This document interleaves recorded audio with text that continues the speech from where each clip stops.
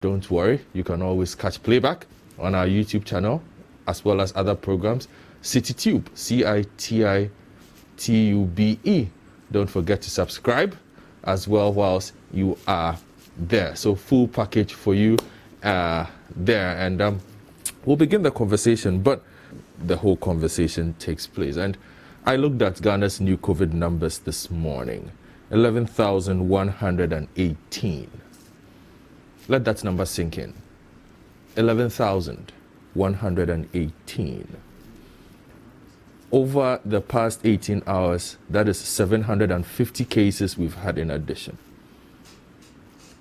Some way, somehow, we have spoken COVID away in Ghana. It is quite obvious that the public has eased its own restrictions on itself. People are not wearing face masks. People are not social distancing. This is December 2019 in Ghana, not June 2020, in a world that has been decimated by COVID. Indeed, it does look like the mantra of spread calm, not fear, went down so well, we even forgot and threw out caution as well.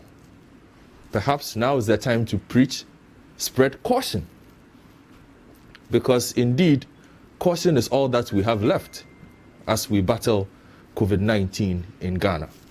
I must say that if you look at the numbers, on the 8th of June, 9,910.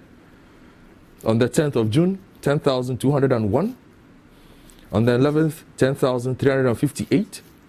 And then the latest numbers, 11,118. So do reflect on those numbers. Our severe cases are in double digits. For those of you who have not checked, they have been in double digits for a month now. Our critical cases keep moving up. Even sometimes inconsistencies in reporting. 2 days ago, the update said 6 critical cases. Today it says 4. But the death updates are still at 48. Critical cases remain unchanged. Yesterday we had Parliament, the same Parliament that conducted tests 2 weeks or so ago and did not want anybody to hear about results. Majority leader speaking, minority leader speaking, the Speaker of Parliament also speaking. Frustrated, speaking out of concern, saying if you've tested positive, do not show up. Speaking about the likelihood of a third test, just to make sure that people isolate themselves. People, the COVID has not gone anywhere. Let me be clear on that. It has not gone anywhere. The posturing that the state has this figured out is not true. The posturing that the state has this figured out is not true. Nobody has this figured out. The West is not behind us. In fact, it does look like the West is in front of us. How prepared we are for the West depends on how we respond in these times. And so it is critical that as Ghanaians, we learn to take care of ourselves. It is quite clear, and everybody will admit to this. The state perhaps might deny it. Education is all but gone. We have spoken COVID away into thin air. Social distancing now means schools, churches, and mosques. Yes, because that is where we have decided to reopen. But outside of that, you can walk into any shopping hall now and see what is happening there. When restrictions were being lifted, we were told that any state, any region that shows an upsurge, the state retains the right to close it down. We saw instances, yes. But look at Accra, for instance. What has happened in Accra? We have seen some metropolitan authorities take action. But to what extent? 2-3 days, everybody goes back to sleep. The same old process that we have been going through for years in how we handle every aspect of our lives. Let's put on a show for the cameras. Invite the journalists, let them cover it. Let's give a few grand speeches. Let us show that we are at work. Once the cameras are gone, everybody else is gone. That is how we are handling COVID-19. The state, the citizens, all of us are guilty. COVID-19 has not gone anywhere. The new normal is not a license to recklessness. If you are reckless, people, you will get the COVID-19, you don't die, fine. But there are still side effects to this. And so those of us who are walking through town as if it is December 2019, it's Christmas, let's enjoy ourselves. Please, put on a face mask, social distance, stay home if you don't have anything to do. Somewhere, somehow, we seem to be convinced that, Ghana is competing with the rest of the world. COVID-19 is not a contest. COVID-19 is not a contest. COVID-19 is a unique problem for every country to deal with on its own. Nobody is competing with anybody. Nobody wants to hear plaudits for how you have handled it. People just want to know that it has been handled. And people want to be convinced that it has been handled. At this point, are you convinced that it has been handled? It's a question you must ask yourself. Are you convinced?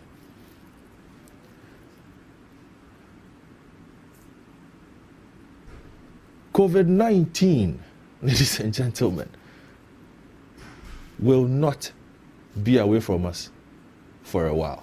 We have been told. Vaccines are far away. The only way to do this are to follow certain protocols. Let us follow the protocols. But let us not take our feet off the accelerator of educating every single day. Let us not take our feet off the accelerator of educating people, of educating ourselves every single day. 11,118, 48 dead, 16 severe cases, 4 critical, or is it 6 critical? Only the Ghana Health Service can tell us, because their numbers don't even add up when it comes to this. Consistency in the information we put out there is key. This week we have heard health officers in parts of the country say their hospitals are struggling. The Ghana Health Services, some are not struggling, yes, they have the facilities, okay. But health workers that are infected have to go home if it does happen. We are recording quite a significant number in that. It is not a situation anybody wants. Nobody is hoping for the worst to come. But it is also clear that we've taken our eyes off the ball. So let us refocus collectively to keep each other safe. Thank you very much. Let us begin the conversation from a busy week at the Supreme Court and also in Parliament. Now, earlier in the week, as you would have been told, Parliament approved CI 126 by 106 to 92 majority vote count. And this is the Public Elections Amendment Act, CI 126, and it's the subsidiary election that will guide the conduct of the 2020 election. So that came into play. Now, the National Identification Authority also started their issuance of printed Ghana cards to registered applicants. And let's say that there was a bit of a low turnout at the places where they started this, for instance, in Klotekole Municipality and Nima in Accra. Now, they are expected to issue over 3 million printed cards to applicants. But it looks like quite a few people decided to stay away in the first week. Perhaps the numbers will improve in the second week of that. But in the most important bit of this, we ended up at the Supreme Court. And that is where we will begin our conversation. I'll introduce my guest to you right after this. The proceedings on the floor of the House began today with a presentation of a report by the chairman of the Subsidiary Legislation Committee, Dr. Dominic Ayine. He summarized the report of the committee as follows. The committee, by a majority decision, recommends to the House to adopt its report and allow the public elections Registration of Voters Amendment Regulations 2020 CI 126 to come into force at the expiration of 21 sitting days in accordance with Article 11.7 of the Constitution of the Republic of Ghana. The ranking member of the Subsidiary Legislation Committee, Yabuabinga Samoa, spoke regarding the position of his caucus on the matter. Your ranking member, to ensure that both sides of the argument were reflected, made sure that the report reflected that some members, other members, some members, that is the apogee of my editing. Some members, other members. Because if you don't say some members and other members, the impression would be created that the entire committee was of the view that the arguments canvassed covered the entire set of issues. But these arguments had counter-arguments, as I've listed here. For the minority, the MPs who contributed to the matter included Boko Central MP Mahama Yarega, Akachi South MP Bernard Ahiafo, and MP for Ilo Krobo Magnus Amwate. For the majority, the MPs who contributed to the matter were Ekuapem South MP Osebonsu Amwa and Okaikwe Central MP Patrick Boama. The minority leader Haruna Idrisu closed the arguments for his side in this manner. Every citizen of Ghana of 18 years, how do you establish that a person is a citizen of Ghana other than a birth certificate? Let somebody educate me. And you are saying we can only register by using a national ID card, which has been issued insufficiently and inadequately throughout the country, and in many parts of the country, whether Upper East, Upper West region, Northern region, less the number of those on the registered voter is on the National Identification Authority list. And we should rely on that. And we cannot cry that you may ultimately deny us this legitimate constitutional entitlement of Article 42. Which the majority leader of chairman then responded to. That conclusion by some minority members has no legs to stand on, and we must dismiss it, and accordingly the Speaker allow the instrument to indeed begin operationalization by the close of this day. The Speaker, Professor Michael Quay, granted a request of the minority leader to have a vote cast on the matter at hand. The voting ended 106 to 92 in favor of the majority, after which there was a reaction from the minority leader.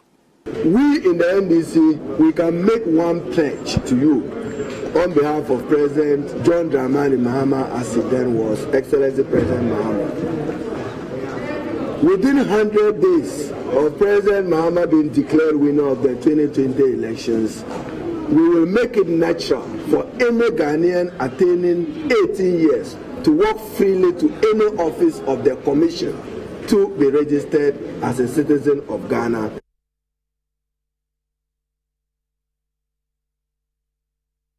The exercise, which was initially slated for Monday, June 8, was postponed to Wednesday to enable NIA adequately equip officials embarking on the exercise with personal protective equipment. The cards are being issued on time by the authority for the Electoral Commission's compilation of a new voters register. This is because the EC intends to make the card and passport the only valid documents for registering to vote. Upon our visit to the Adabraka Mosque, only 2 of the applicants were cited going in for their Ghana cards.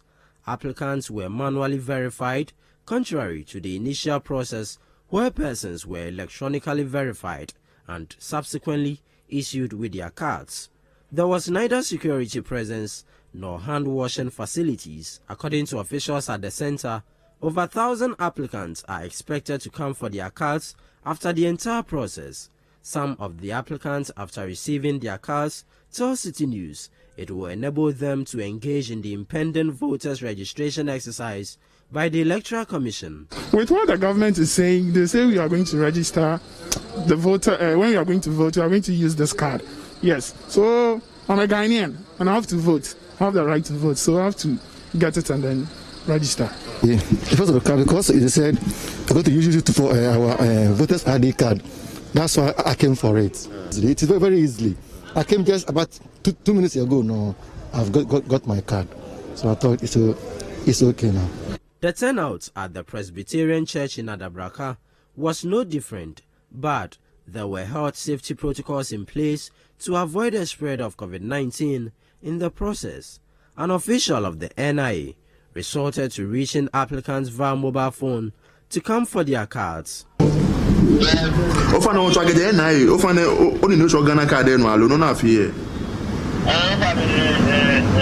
Oh, okay.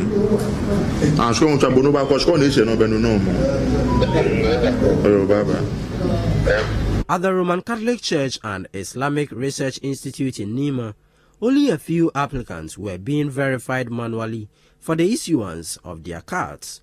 For Suleiman Swalihu, his motive for collecting the card is not only to be able to exercise his franchise as a citizen, but also to serve as a form of identity as a Ghanaian. It's very, very important because every nation that has no identity is a nation that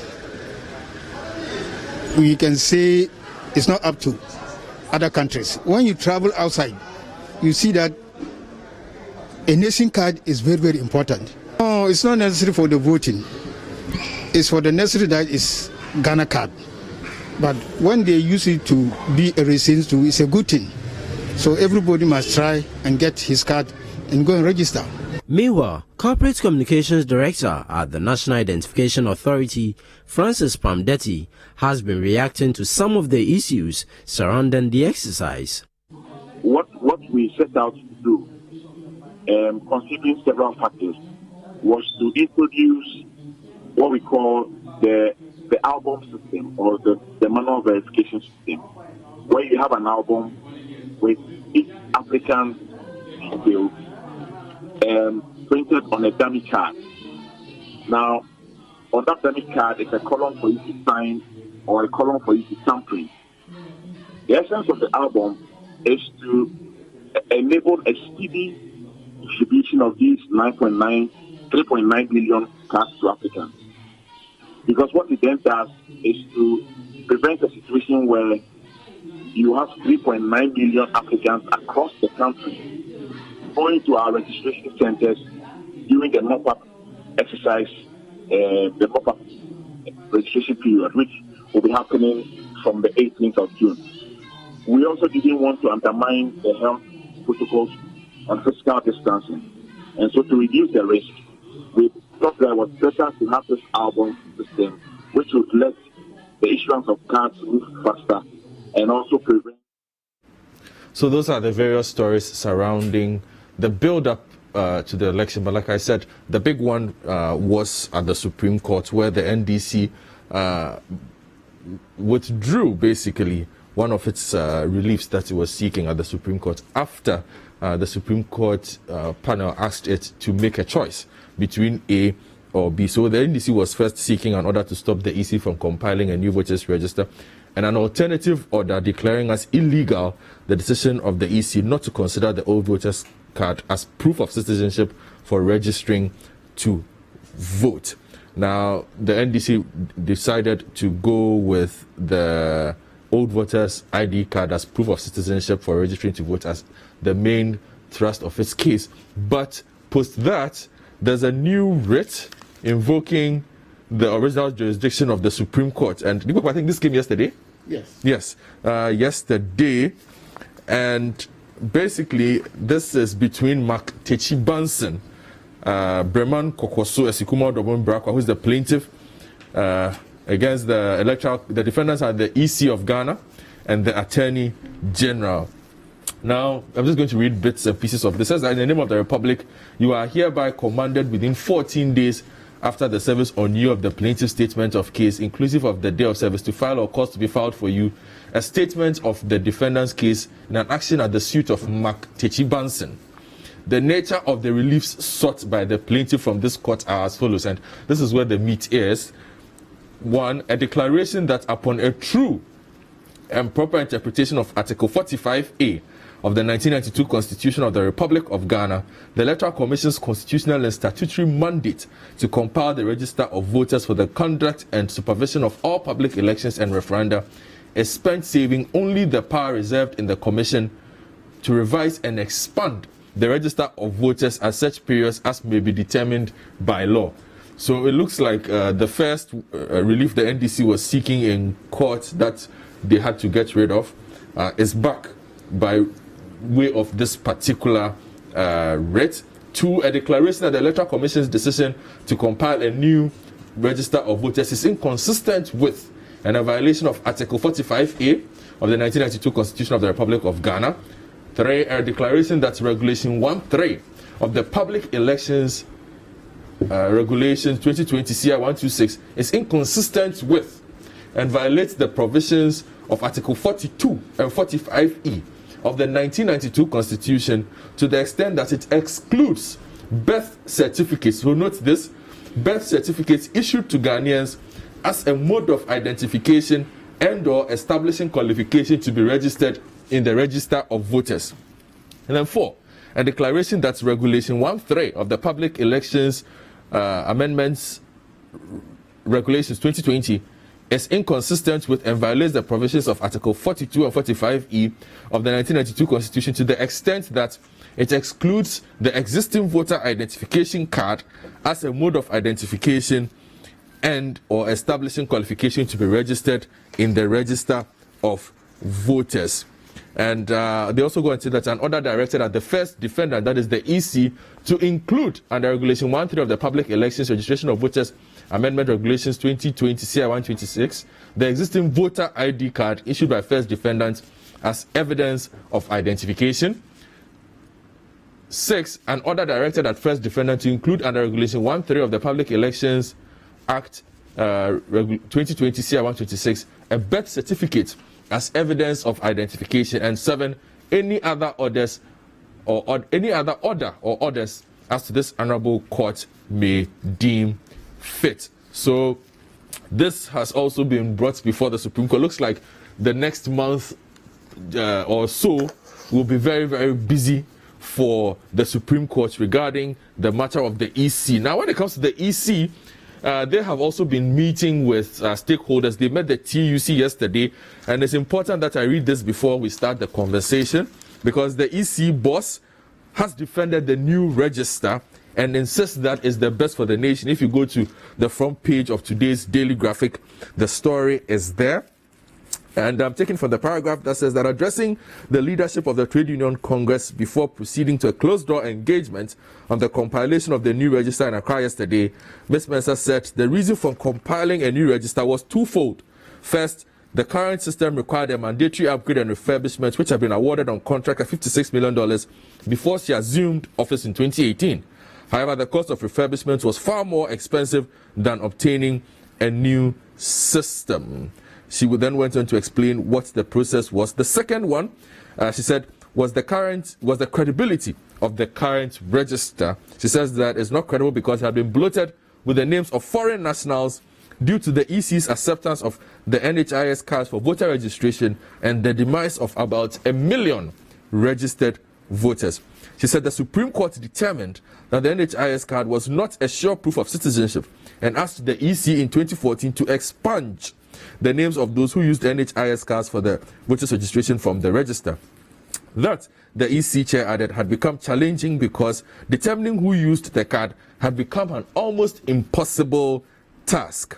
And so those are basically that is a summary of the main comments that she made during her meeting with the EC. So once that is out of the way, let me introduce my guest for this morning. Already you might have heard Nipaku Samuado, a private legal practitioner and a member of the NDC. Good morning, Nipaku. Good morning. Also with us is the Honorable Alexander Aban, Deputy Minister for Communications. Good morning, sir.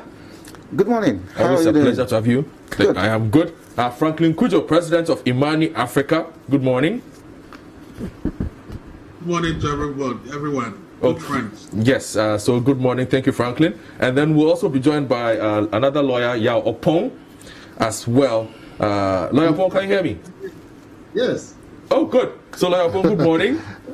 Good morning. Good morning to all my friends. Okay. Good morning, Senior. Good morning, morning. It's a gang of four. It's a gang of four. And I will not start this from the lawyers. I'll start this from the civil society standpoint. Franklin, let me begin with you and what you made of the happenings at the Supreme Court, at least from a CSO perspective, and also from the EC finally saying something you have said she has not said. The voters register, according to her, is not credible. All right. Well, good morning, everybody. Again, good morning to your listeners. There are many moving parts to this rather unfortunate situation, and I suspect that we cannot fault those who are in court. I think the matters are in court, and maybe the aspects that we can deal with are the ones that have to do with the recent comments by the EC chair. There again, I think that is unfortunate. You know, the moving parts, in fact, the very disorderly nature in which the EC is presenting its case is quite worrying. First, they said the machines were at their end of life, 7-year life cycle. You didn't hear that yesterday, right? Now, they came telling us that, well, the elections, if we did the limited registration, to be much higher than the mass registration. We also defeated that with evidence from their own investment plans and what have you, and previous expenditure on limited registration. It wasn't true that the limited registration will cost $80 million, or it cost $80 million in 2014 or 2010. Those are not true. Now, the argument then shifted currently. I mean, she's saying that, well, the last district elections, out of 5.4 million people who voted, only 35,000 were manually verified. That's 0.64% of, which means that 99.36% of the elections, district level elections, were credible. They were efficient with the same machines. Don't forget, we've been saying that with the same machines, the elections were efficient 93% in 2016. So clearly speaking, in fact, in 2012, it was 67% efficient. So there's been some improvement. You see, with the difficulty in us believing the EC. Franklin. Yes. Just to make some input into that, based on her meeting yesterday, perhaps this will also help the point you are making. Ms. Mensah said that on assumption of office, stakeholders such as the vendors mounted pressure on her to allow the contract to run or risk a system breakdown. The EC did not succumb, but commissioned a thorough analysis and audit of the system and concluded that the refurbishment, which could not last for the next 6 years, was not the way to go. The refurbishment, and this is a quote, the refurbishment was only going to support the 2018 referendum and the 2019 limited voters registration. Well, so, a festival of lies. Well, let's say a difference of opinion. Wait. It's not a difference of opinion. Look, let's not deprecate ourselves, our intelligence in this manner. I mean, I'm sorry, I'm getting worked up right now. It's actually questioning some of our basic intelligence. What is it talking about? That what? Somebody threatened that the machines will do what? Will not be usable after 6 years. So no, it wasn't a threat. What she's saying was that if they had even done the refurbishment, as had been estimated at 56 million, it would not have gone beyond the 2019 limited voters registration. That was as good as it was good for. Well, that's a lie. Look, we've been refurbishing the systems for God knows when. The EC itself has spent close to $60 million refurbishing this as close as 2019. So all of a sudden, we are hearing another reason for not using the machines to be some limitation of sorts. I mean, look, we are not kids. When did this whole thing start unfolding? Have you heard this before? Have you heard this explanation before? I'm telling you that the EC began by saying that the machines were kaput, they were dead. All of a sudden, after several months, almost close to the elections, we are now being told that the vendor threatened and that there's a shelf life of, 6 years and that if they didn't allow them, the machines would break down. I mean, look, my 2-year-old kid would not believe this type of story. And I'm just telling you that most of the reasons, for almost all the reasons being advanced by the EC, as of yesterday, still do not hold water.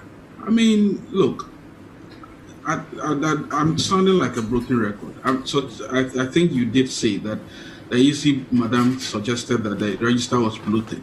Yes, she says the current register was not credible. Yes, and again, based on what science? It's a fact of the matter is that the EC has not been telling us, giving us proper audited, accounts of what has actually happened.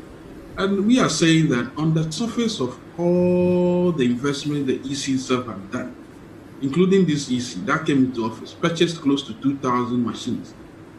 How can we be told that all of these investments that were made as recently as 2019 December, all of them are dead? And so these machines can no longer work in 2020? Come on, please. Anyway, I wanted to restrict myself to the other matter that she mentioned. Yes, please go on. She said, the district elections could only verify, some voters, I think about 35,000 voters would be manually verified, not disenfranchised. And because of that, they cannot trust the integrity of the process. I mean, look, you have been working on election issues around the world, and I'm sure you follow this. Even a 1.5% error margin is comfortable, right? 5%, in fact, is also comfortable. If you run an elections and you had an error margin of 0.64%, how can that be used as a basis to say that because 0.64% were not able to be biometrically verified, but manually verified, we should throw away the system? And I've just told you that what it meant was that election was 99.34% efficient. So no matter how you dice the issue, I don't know how to even describe. I'm fed up. This matter. So it's becoming like a grand cantar. No but worries. Anyway, they have the opportunity to be in court, and I'm sure that some justice will be done to this matter. All right, thank you very much, Franklin. Opening comments on that. Let me go to Lawyer Yaopong, also on Zoom. And first of all, Lawyer, let me start with you on what happened at the Supreme Court. If you can give us an understanding of the process the justices went through to get the NDC to pick one of two reliefs at the court. Well, thank you very much, and good morning to all. It will permit me to be a bit measured. Certainly. I've cautioned myself, and also based on the strong caution that rightly so was issued at the last hearing. Yes.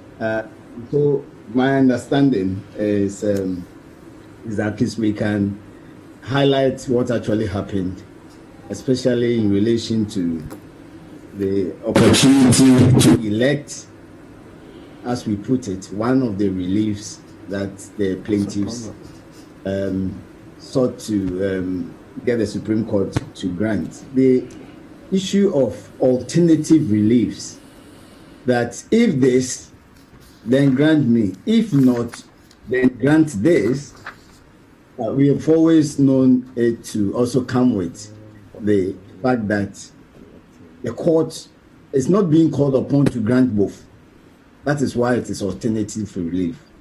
And so usually you then have to apply the doctrine of election, not what Franklin has so passionately spoken about, the precursor. But this is election to choose between either one or two alternative reliefs, or as may be presented.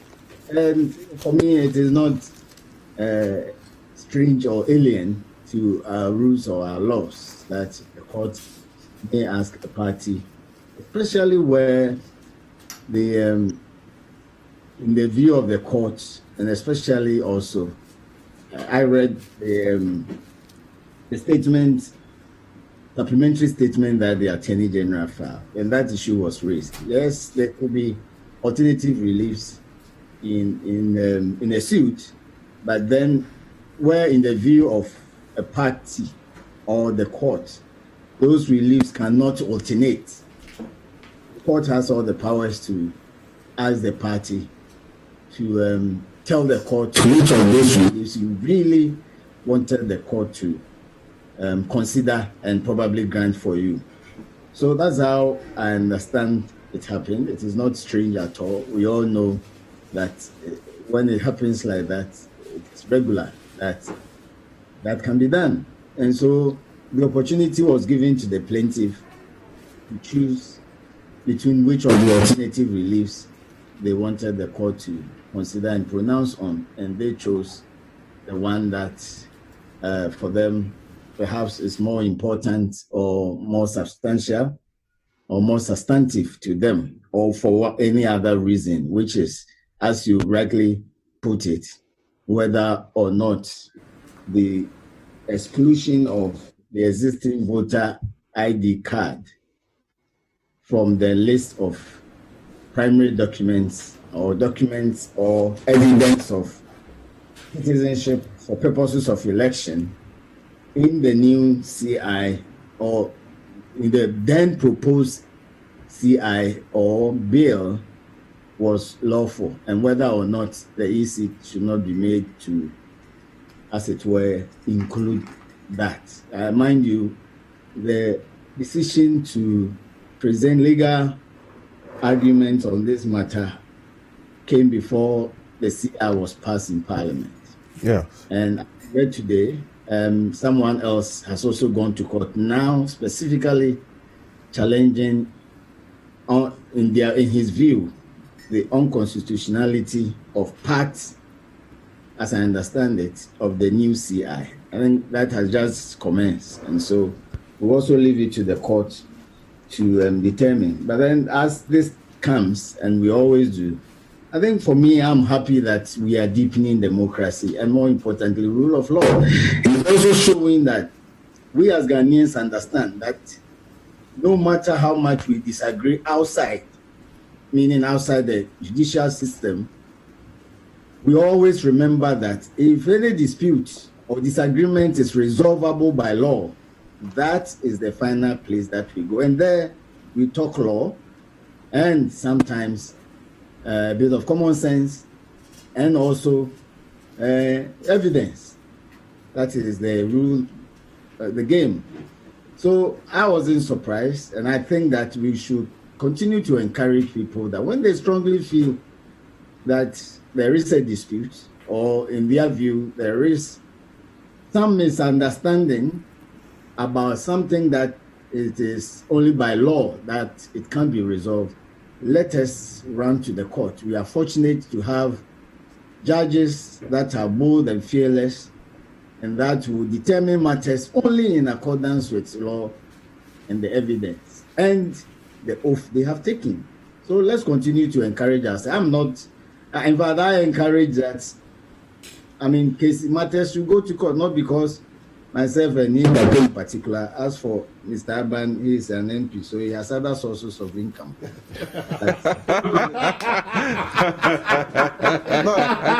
What is about me? He says that we should go to court, but it will be for me and I to share. Your view, not you. Because you are an MP. Are you done? No, yeah, so let me then go on to the comments that the EC was made. Yes. And I admire the passion with which Franklin has been pursuing this matter, except that it's not an advice, but I would have wished that maybe because of what we have been told, we seldom use the word false. No, we seldom use the word a lie. But I don't know whether that is permitted. But I would rather wish that with the passion, perhaps we also be a bit mindful of language. I mean, you mean you are happy with untrue? Okay, I'll use untrue. Yeah, I mean that's fine, no problem. But on the issue of whether or not the register is bloated. I have here and if I may be permitted to say so, the opinion, and that's how we call Supreme Court judges' decisions, or the various judges. The opinion of His Lordship, the eminent Justice Richard JSC, in the election petition case. I think we all know about that case. Page 387, this is what he said, or this is what the Supreme Court said through him. There is no doubt that the petitioner's claim of a bloated voters register has been admitted by the second respondent Electoral Commission in paragraph 8 of its second amended answer. This is as far back as 2012. Mm-hmm. So and this is the decision of the Supreme Court. The explanation for this phenomenon, and so quoting, has been attributed to error. Explaining further, the second respondent, that is the Electoral Commission, stated that this error resulted in the figure of 14,158,890 instead of 14,031,791 being announced as the total registered voters who turned out for the 7 and 8 December 2012 presidential election. They, however, state that the error would only affect the turnout percentage and change the percentage from 79.43 to 80.15. The point that I wish to highlight is that it has already been established in all places, in more places than, in a very important place like the Supreme Court, that as at even the 2012, the register that was used and was admitted by the Electoral Commission was bloated, at least by the margin. We may talk about the quantum of margin as being negligible or insignificant, but it is bloated. I think that point needs to be highlighted. So even if the EC may not have, in their previous declarations or actually statements or communique, not have highlighted it, it is a matter of fact which is recorded in the Supreme Court judgment that the register was as at that time bloated. Now, the other matter is that I think sometimes it's also important that we also differentiate between registration as a voter and the card. So now we have, at first, we have the National Identification Act, as may be called. And it is presumed that those whose names are contained in that register or database are Ghanaians, unless otherwise non-Ghanaians or established where a Ghanaian is registered. We also know that they are now registering from 15 years and above, which also means that those whose names will be contained in that register, not all of them are first qualified to register as a Ghanaian and as a voter, because you must be 18 years and above. But we sometimes, and as I usually highlight, forget that there is a third important or another important qualification: sound mind.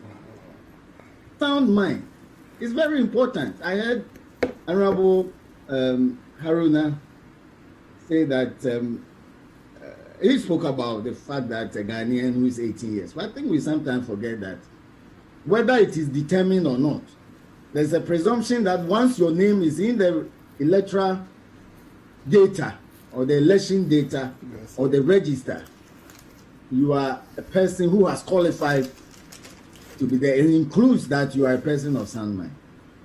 We also sometimes forget that. Like upon just before you go on, is there a legal determination of sound mind? And I'm saying that it is the duty of the EC to compile a list of qualified voters. Mm-hmm. And Nikwapo can quote you a long Latin phrase for that. omnia presumenta. Once a matter has been officially issued, or something has been officially issued, there's a presumption that it was officially done and properly done. I mean, we can go on and on and on. Okay. So, until a person questions the soundness of mind of another one, once the name has appeared in the election register, that person is qualified to vote.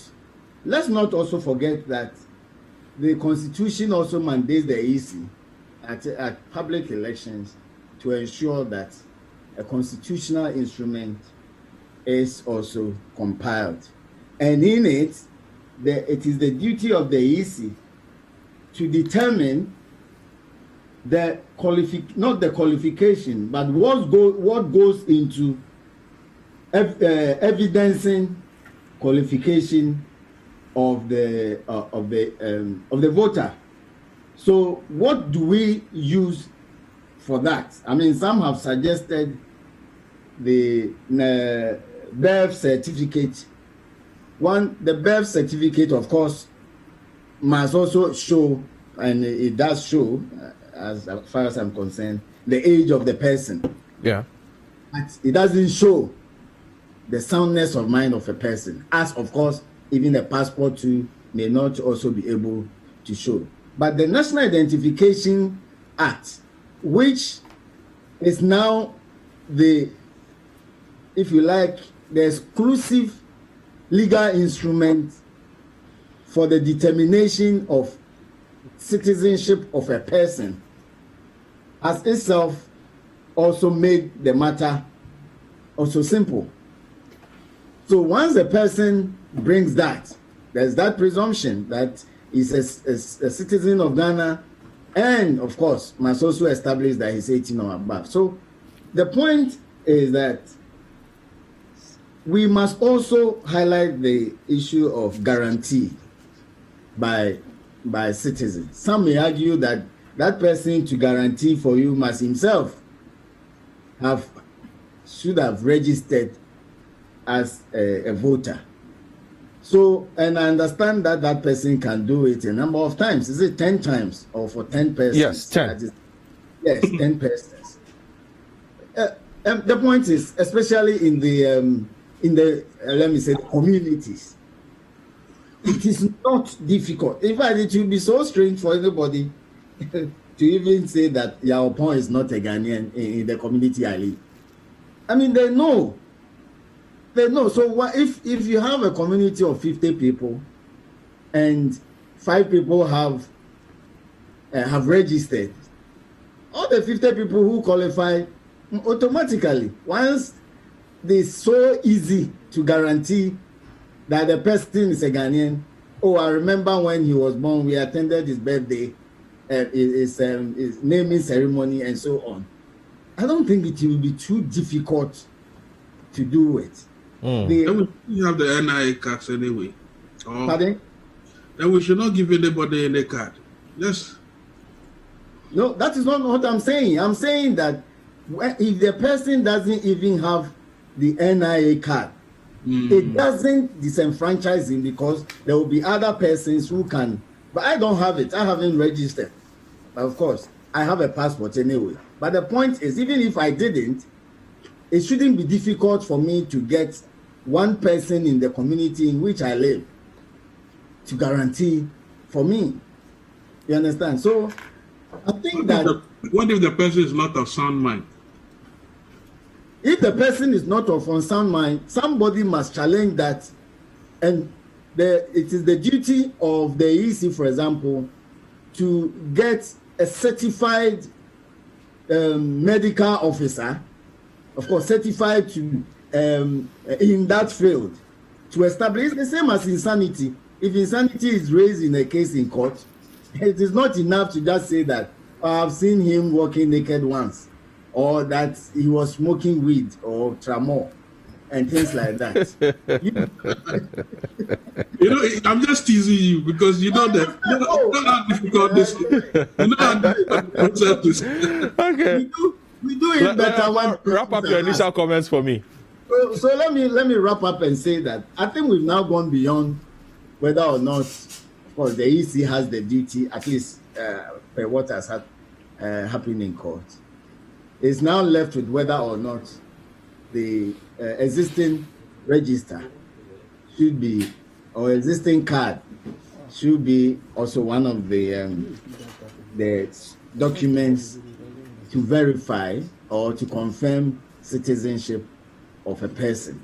We will leave that one at that. But if you ask me, I do not have any issue with registration, the new register. I went to places just last weekend, and even those in the communities don't seem to have a problem, because but are you saying that if you come with your voter's ID and say that your own mother is a Ghanaian, or one of your friends in the village is a Ghanaian, anybody will even challenge? So they don't have the problem at all. But I think that has been the fear of those who are against it, that quite a number of people will be disenfranchised. In my view, the people are prepared. And in fact, they really also were very active in the NIA registration exercise. I around that time I had to drive somewhere to some communities. People were in queues. So a number of them have the card already. Okay. So let us try, and also, of course, there may be issues about procurement, and I don't take that away from Franklin. I think he has highlighted that over the time, except that this morning that hadn't been. And I read one of the papers that Franklin wrote about highlighting the issue of procurement. We need to do that. I have asked questions about it already, that it is about time that before the EC or other state institutions come to Parliament for more money in the following year or for a particular purpose, we do a forensic audit of what they used the previous money for, and to what extent they applied the very important concept of value for money. We can commission external auditors to do that as well before we go ahead to even give the EC or any other state institution that our monies have been given to justify why more should be given for particular or other purposes. And I don't think that is too much for Franklin and all the others to ask for. But whatever it is, in my view, the Parliament has already even granted them the money. And so the issue of, and that was to do all things, including procurement. So we can question the procurement issue. If we have alternative for similar or the same facilities, let us bring it. Let us show where they can get these, so that the mistrust will also, which may be founded, I must say, may also be minimized a bit. But on the whole, and for the new register, I all right. say. Thank you very much, Lawyer Yao Pong. We'll take a break. When we return, you'll hear from Honorable Alexander Aban. Today, he's a lawyer in the studio. He is not Deputy Minister of Communications. And Nikwa Posa Amwado, also a lawyer. The Big Issue, be right back.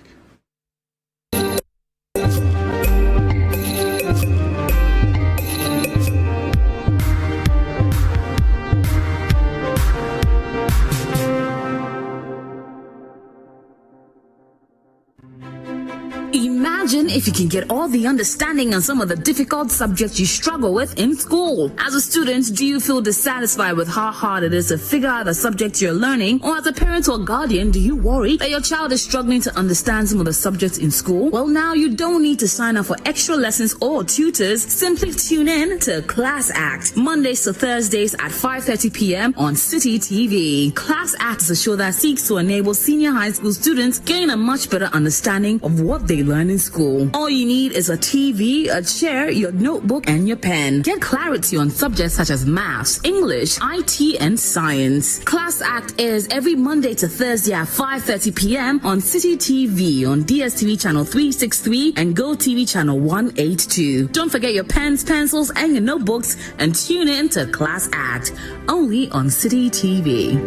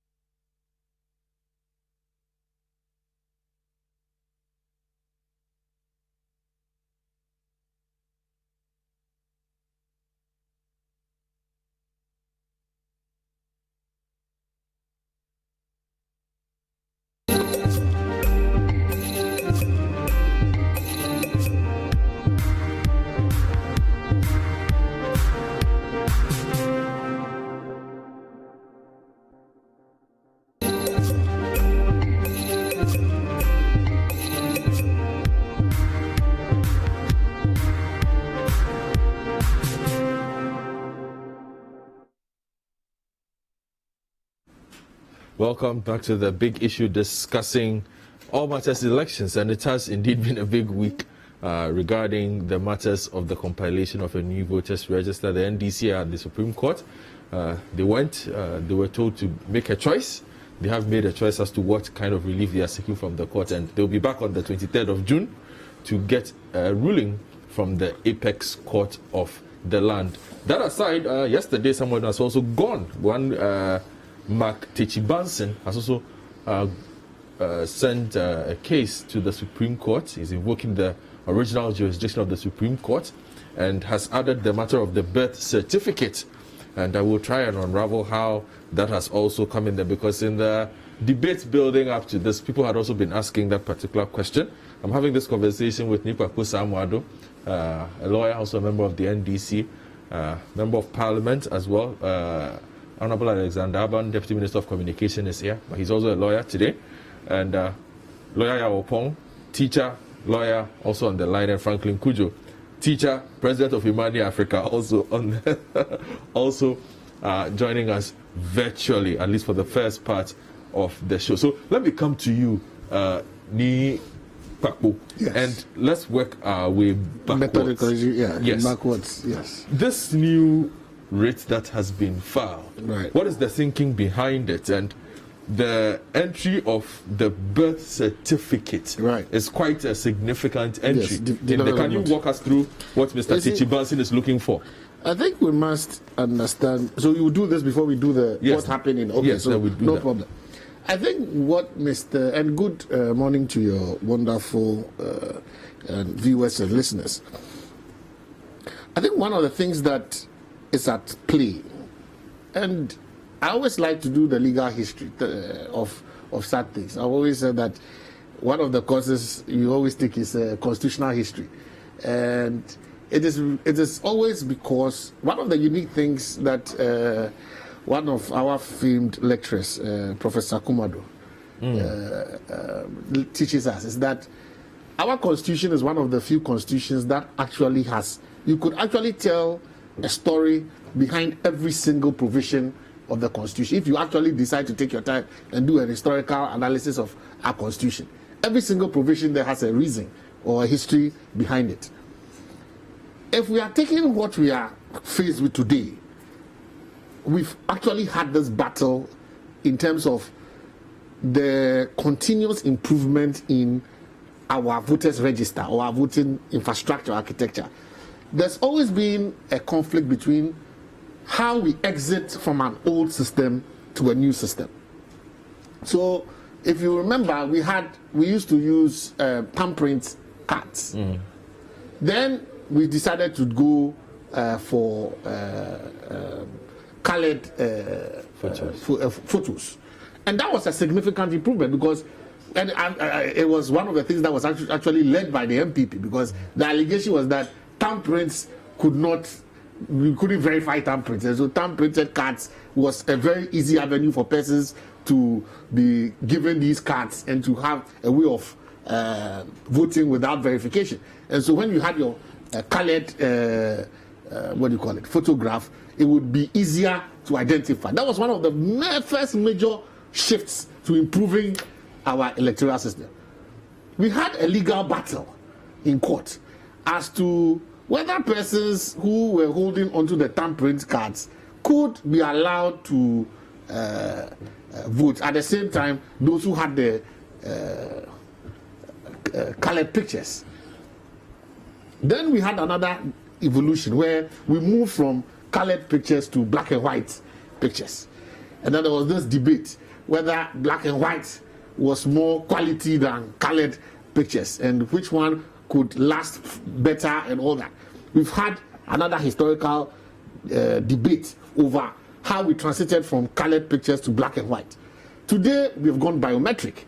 And the biometric is, in essence, to... Was not from black and white to colored? No, it's actually from colored to black and white. It's from colored to black and white. That was how we evolved. We've now had this debate about biometric registration and the fact that we want a system where we actually will be able to uniquely identify a particular voter who goes to vote. Even within that, we still have a debate because we want to extend this individual identification and verification. The whole idea is that one person must only have one vote. That's at the heart of whatever we are doing. So if we have a situation where we have the fingerprint verification, we still are facing a problem where there are situations where persons may not be able to biometrically verify their thumbprints. So we have manual verification. And that is one of the things that the EC is saying that it wants to eliminate. So we want to upgrade to what we call facial recognition. All these technologies have had their difficulties and challenges. And that is it's because it's a human attempt at trying to better a system. Even in the United States, you have allegations where leading presidential candidates, a country that has done elections for 200 years, you've had the leading candidates, President Trump arguing that mail voting can be a recipe for fraud. You've had the Democratic presidential candidate saying that he suspects the president of attempting to rig the election by certain means. It wasn't specific. It is natural that when you have elections, you would have suspicion in the system. But at the heart of our problem in this country is whether an electoral commission is so independent that it can take steps that potentially may interfere with the right to vote. Because you see, the right to vote is allied and anchored to other rights. That is the right, your citizenship. And citizenship is a creation of law. So if that it is when you are a citizen of this country, it comes with certain allied or ancillary rights. So when the administration, and at the heart of also the issue of the right to vote or the voting registration process is the understanding or the legal philosophy that whatever administrative process is going to be undertaken to enable you to exercise the right to vote, it must be one that is considering the fact that at no point should that administrative process be tailored or be geared in such a way that it now becomes more important than the right to vote, i.e., the person who qualifies to vote. The system must be so flexible that at all times it allows a person who on the face of it is qualified to be registered to vote should be allowed to vote. So the system must be so flexible. And that is why, for example, if someone is clearly qualified to vote, the mere fact that a technological system such as the biometric verification may not capture his fingerprints, but there are other means of identifying him, that person should necessarily be allowed to vote. That's at the heart of our system. So that at the end of the day, the administrative process cannot be the master of the right to vote. It is the right to vote that is always supreme. Now, what are the complaints of most people, such as the NDC? We have a situation where we've had an old voter, or we have an existing voter system, where you've had cards being issued for the purposes of voting. And these cards, per the new CI, which is the CI 126, the Electoral Commission is saying that based on whatever else have plagued the current register, they seek to take out that particular card, which is actually the card that, as it is now, is the legal means by which you can vote as a voter. If we were to have any election today, the existing voter's card is the card you are going to use until it is replaced. So the debate is, if I have that old card for which I have used, or if I have the existing card which I have used to vote in a number of elections, including the most recent one being the district level elections, should I be denied the opportunity to register for another? If you say you are compiling a new register, should I be denied the opportunity to be on this new register simply because you allege that that old register has problems? You understand? the presumption, and my learned colleague here will agree, the presumption is that whatever has been done by the Electoral Commission is regular. Unless, and yes, it is a rebuttable presumption, unless you can prove. I think you are quoting Section 37. Yes, unless you can prove. Yes, unless you can prove that that particular thing is not what you say it is. So once the Electoral Commission has given a card, and that card is deemed to be the existing card, that is today as we speak. If we have an emergency election today, it is only the card that is in existence at the moment that will be the legal basis by which you can vote. Unless you can prove that I obtained that card either by fraudulent means or by some other means which disqualifies me from using that card, there's a presumption that that card was regularly obtained and that card should be able to allow me to exercise my right to vote. So you can understand that there would be protest by persons who have this existing card. When you seek to say that unless they produce some other means of verification of what you deem to be qualification. So, for example, they must have a Ghana card or they must have a passport. Without these two documents, you are saying that even though currently this is the card that your commission has given them, you are excluding it from the means of identifying themselves as qualified to vote. That is one of the issues at stake. So the court is making a determination, or being asked to make a determination in respect of why it is that these old voter ID cards are not being allowed to be used. So that's one of the things that this new writ, if you read it carefully, is seeking to push. That without the inclusion of the old voter ID cards, the CI is defective, and the court should make the necessary orders. Secondly, if you look at the issue of citizenship, right, which is actually the basic qualification, you must be 18 years, you must be a Ghanaian, and you must be of sound mind. If you look at article, let me just borrow your article 6, which is citizenship of Ghana. The most basic is that if you are a citizen by birth, what is it that qualifies you as a citizen of Ghana? It says in Article 6.2 and Article 6.2 that subject to the provisions of this constitution, a person born in or outside Ghana after coming into force of this constitution shall become a citizen of Ghana at the date of his birth if either of his parents or grandparents is or was a citizen of Ghana. As we speak, there is no other document in this country at the moment which provides you with the base information as to who your parents are other than your birth certificate.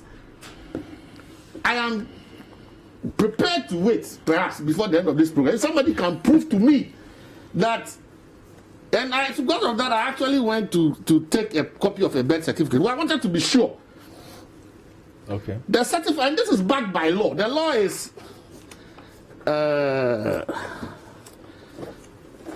this is.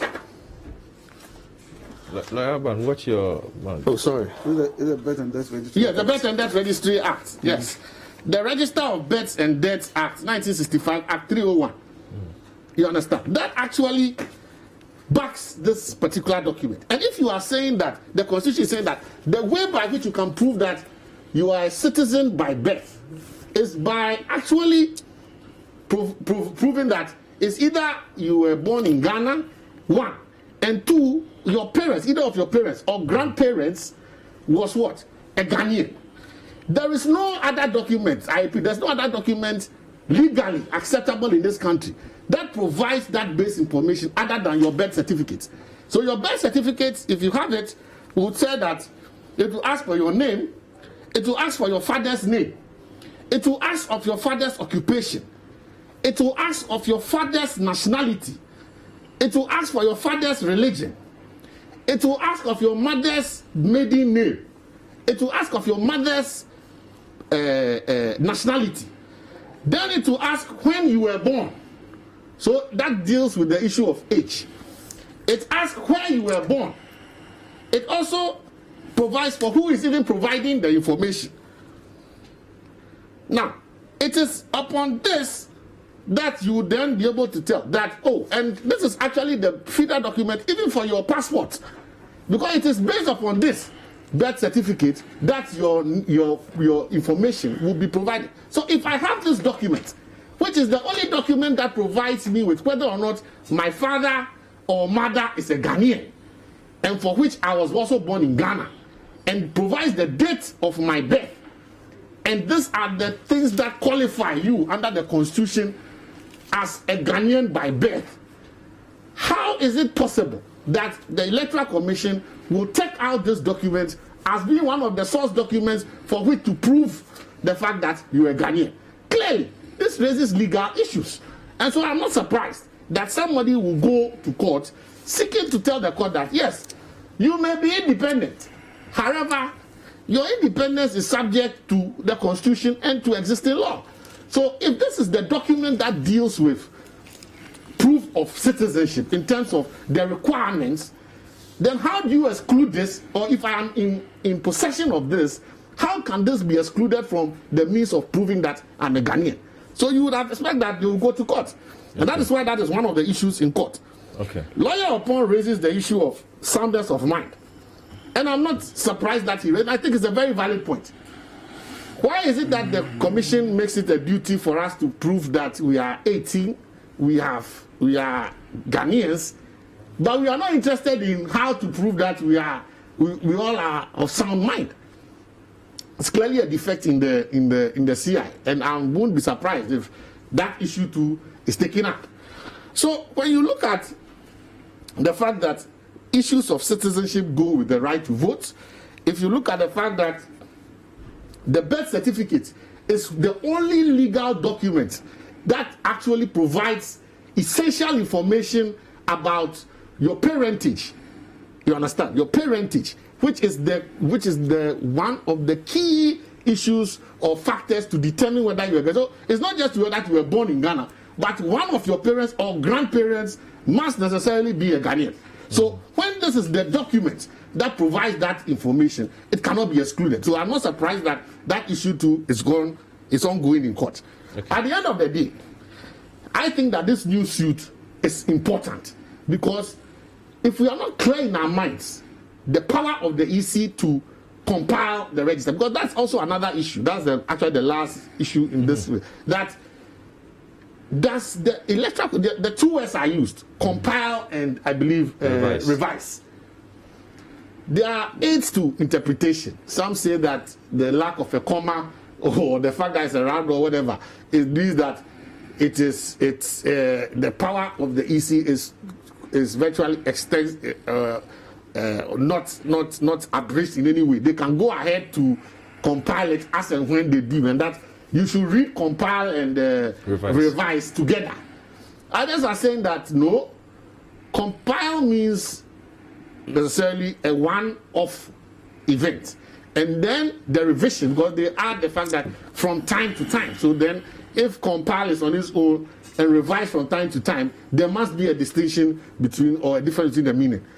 The Supreme Court, I hope, using its necessary rules and regulations, perhaps will call for this case as well to make it to ask the parties to perhaps fast track the filing of the necessary documents, put the two cases together, and give clear direction.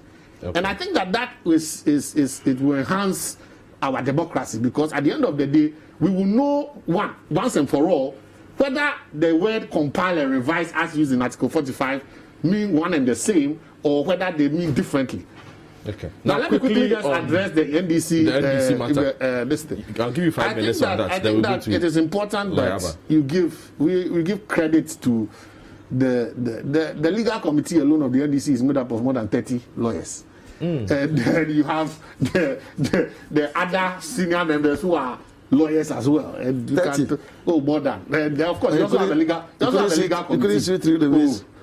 I am surprised. I am surprised that Lawyer Aban is even going in that direction. Don't go there. You're 5 minutes. Otherwise, what I'm trying to say is that when a party such as ours puts out a writ you should expect that it has been thought through. That's the first point. So when I hear people say that we found that we are confused, or I laugh. Anyone competent in the law would realize that when you go to court, you have a strategy behind your decision to go to court, because you seek to arrive at a particular destination for your client. Now, the client here is the NDC. The NDC is saying that I have an issue with the exclusion of the voter ID card. At the same time, the NDC has been advocating for a particular issue, which is that either we don't want a new voter's ID.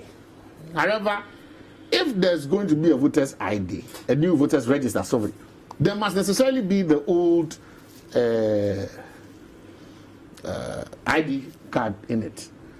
Now, if the court were to rule that the voter ID, the Electoral Commission has no power, that was the first issue, that the Electoral Commission has no power to compile and revise, what ID will you be using?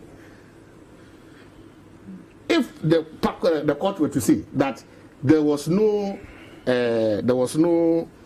what do you call it? The EC had no power to revise the electoral rule, and that the power to compile is to be exercised only once, would there be the issue of a new voter ID, or the fact that there will be an old voter ID?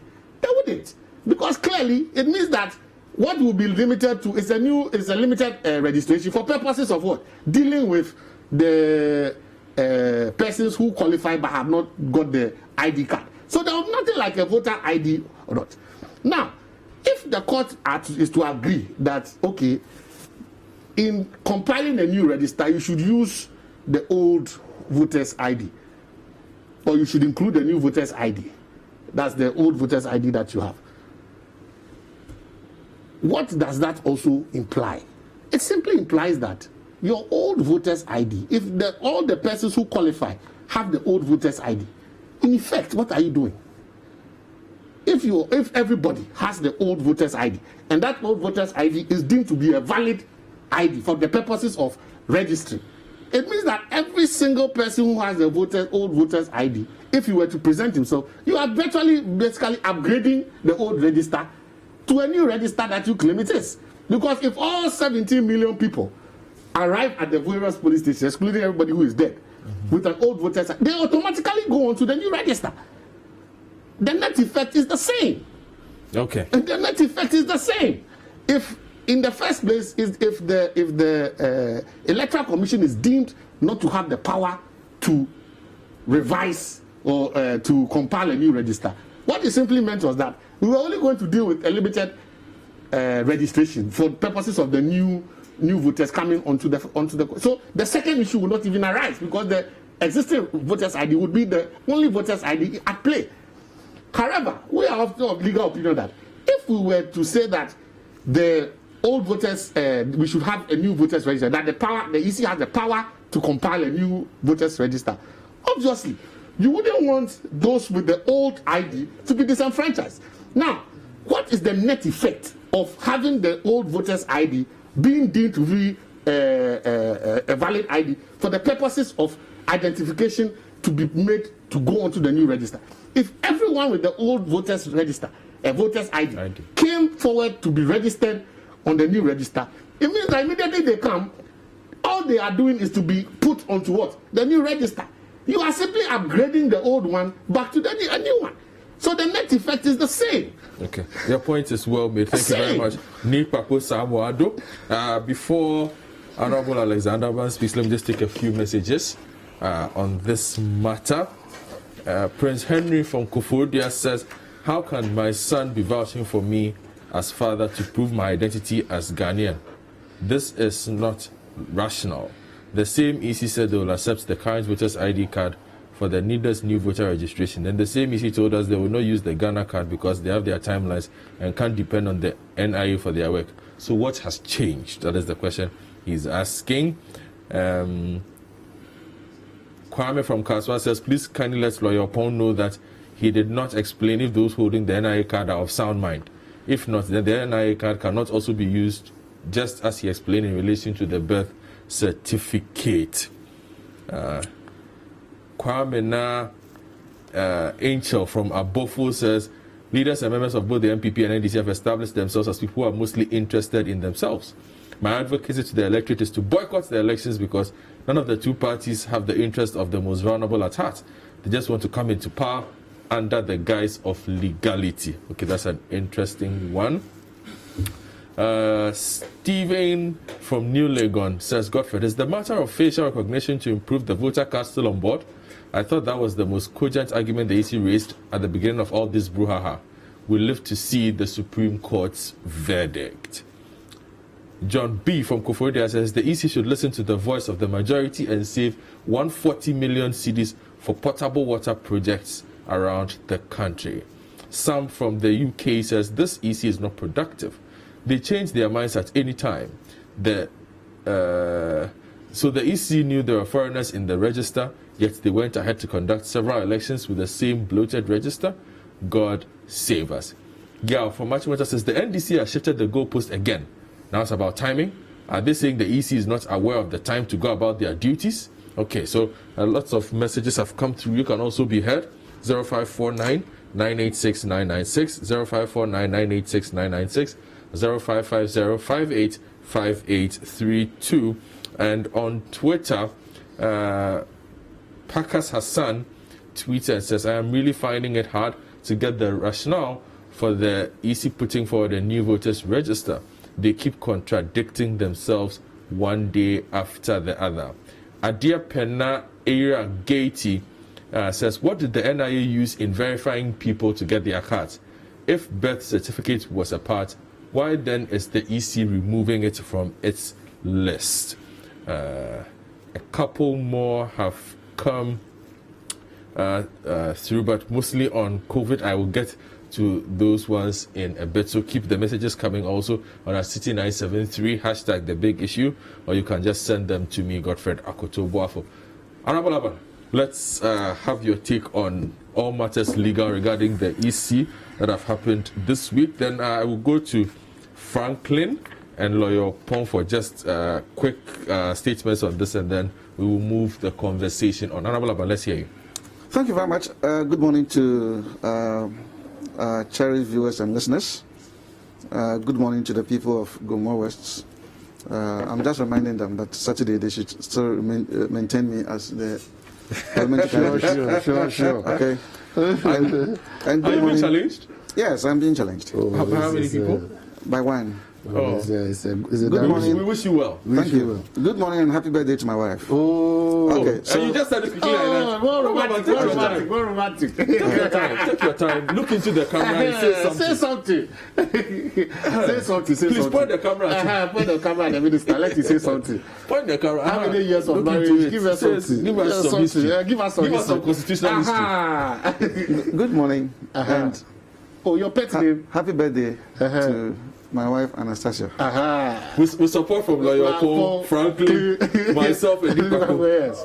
Okay, having said that, let us go into the Constitution. And that's where I'm going to start my discussion. Okay, start from there. Article 42 states, every citizen of Ghana of 18 years of age or above and of sound mind has the right to vote and is entitled to be registered as a voter for the purposes of public elections and referenda. So that right cannot be taken away at all. But who are those who must exercise that right? Those who must exercise the right are citizens.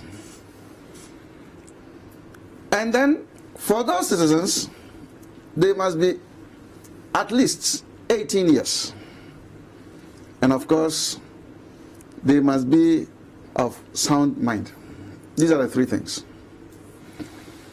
And so all the discussions that we're going to do must make sure that we get those who really qualify to be part of the electoral process as voters. Let me tease our minds by telling stories that we are very familiar with. Okay. The first story is when a footballer gives his age. And we immediately say, hey, that's why there's this football age. Have you said that before? Good. A story is told of a judge who, at a time that he was at the time that he was in court and the age that he had quoted, if you reverse all historical issues, then at the time that he was in fancy school, he must have been age 1. Right? It is a known fact in Ghana that things like the birth certificate are not sacrosanct because we ourselves have debased it. Nate Papo did a very fantastic job by giving us a copy of the birth certificate. And the information therein. And the information thereon. Right? That who is your father, who is your mother, the maiden name, when were you born, blah, blah, blah, blah, blah, all those kind of things. If we had conducted ourselves, sorry, if I may take this off. Go ahead. If we have been conducting ourselves very well as a country and have over the years kept that document as sacrosanct as it ought to be, I believe that we ourselves would not have cast any doubt on it. I'm going to give you an example. The example is a child that I know was born in the United States, and there was just some small mistake in the spelling of the name. Having the correction effected was a Herculean task. So that in that place, for instance, if you should spring your birth certificate on anybody, the facts contained therein would be taken as true with 100% certainty. Unlike the case of Ghana, the question is, now who caused them? Ourselves. And so if the argument is made just because there's the legal presumption under Section 37 of the Evidence Act that anything that has been done by official act should be presumed to have been done correctly,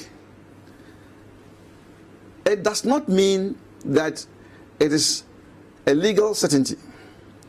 And that is why, thankfully, it falls within the areas that we call rebuttable presumptions.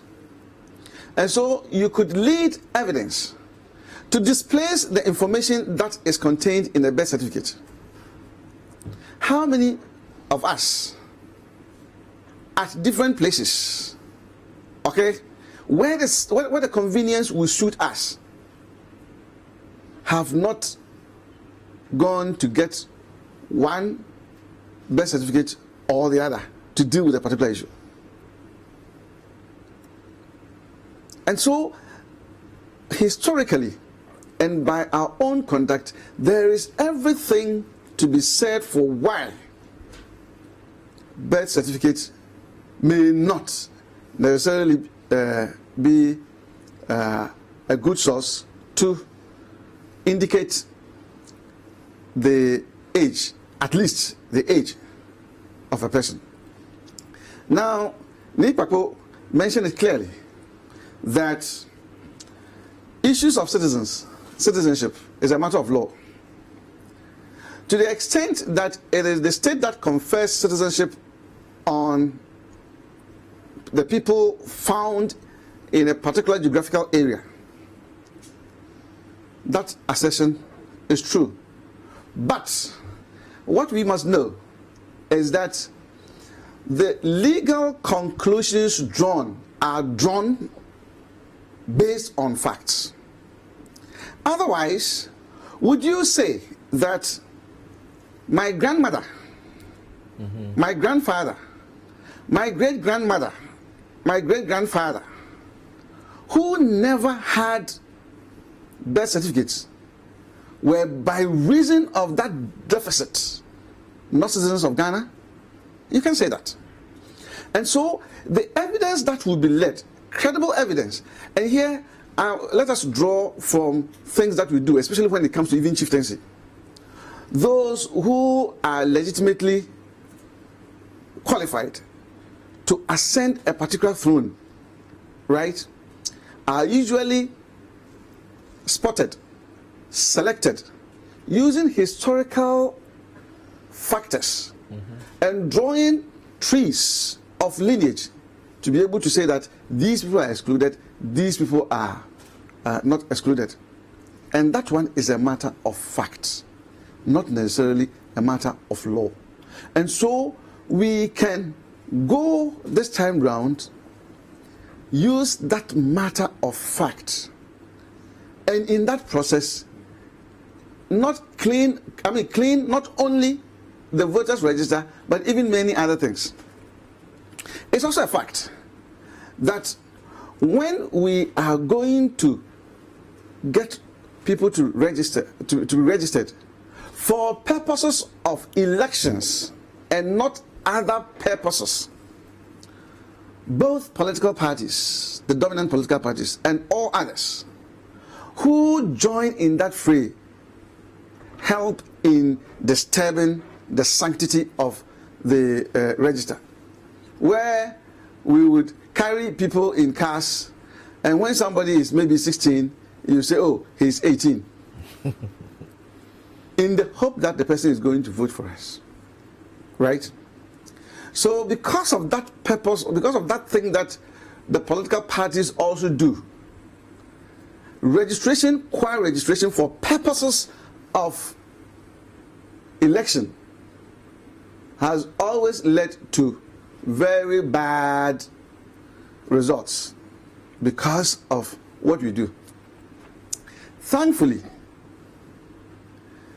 the national identification card that came, we realized how rigorous it was. All the things that you had to produce, right? So that at least the different strands of evidence that we put before the NIA helped at least in taking off the different little lies that we had said about ourselves in other exercises, especially when it was geared towards elections. And so that gives it some degree of credibility, much more than the birth certificate, where I've given you scenarios. There are many people who, as at now, probably may or should be on retirement, but they are still working because in the course of their retirement, in the course of their working times, they succeeded in changing their date of birth. And it has been so easy to do that in Ghana. Now, the issue about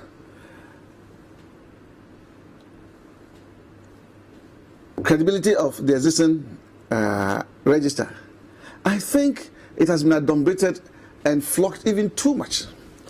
It's now established that the existing register is beset with a lot of problems.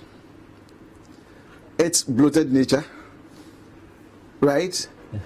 And those who use NHIS cards to register and all the things that were identified in the main election petition and then Abu Ramadan case and all those kind of things that have been dealt with, we have crossed those paths, and that fact is not denied by anybody, that the voter register as we have it is beset with problems. Now, the argument is always made, especially by our friends on the other side, that, oh, but it was the same voter register that was used in conducting an election where the NPP from opposition won to be in government. Indeed, it is true. But does it take away the fact that it has problems? Because that is actually the question. Does it have problems? But isn't it also a matter of, if you listen to everybody, perhaps everybody's asking the degree of problems there are. Or the EC saying it wants a perfect system. And maybe what they're saying is the EC, and if you listen to Franklin, the EC has not publicly shown the degree of the problem. Is it at 2% or is it 50%? You see, because they know you. You see, it is not so much about the percentage. Of course, you cannot have a perfect voter register, because if it is done today and it is meant to be used 3 months time from now, obviously there will be people who would even die. Yeah. Right? Good. So that should also even tell us that the more it stands, the more we still have problems because of people dying and all that. But even those ones, I believe that as we go along, we can deal with it, right? But there are persons on this register who are not supposed to be there, right?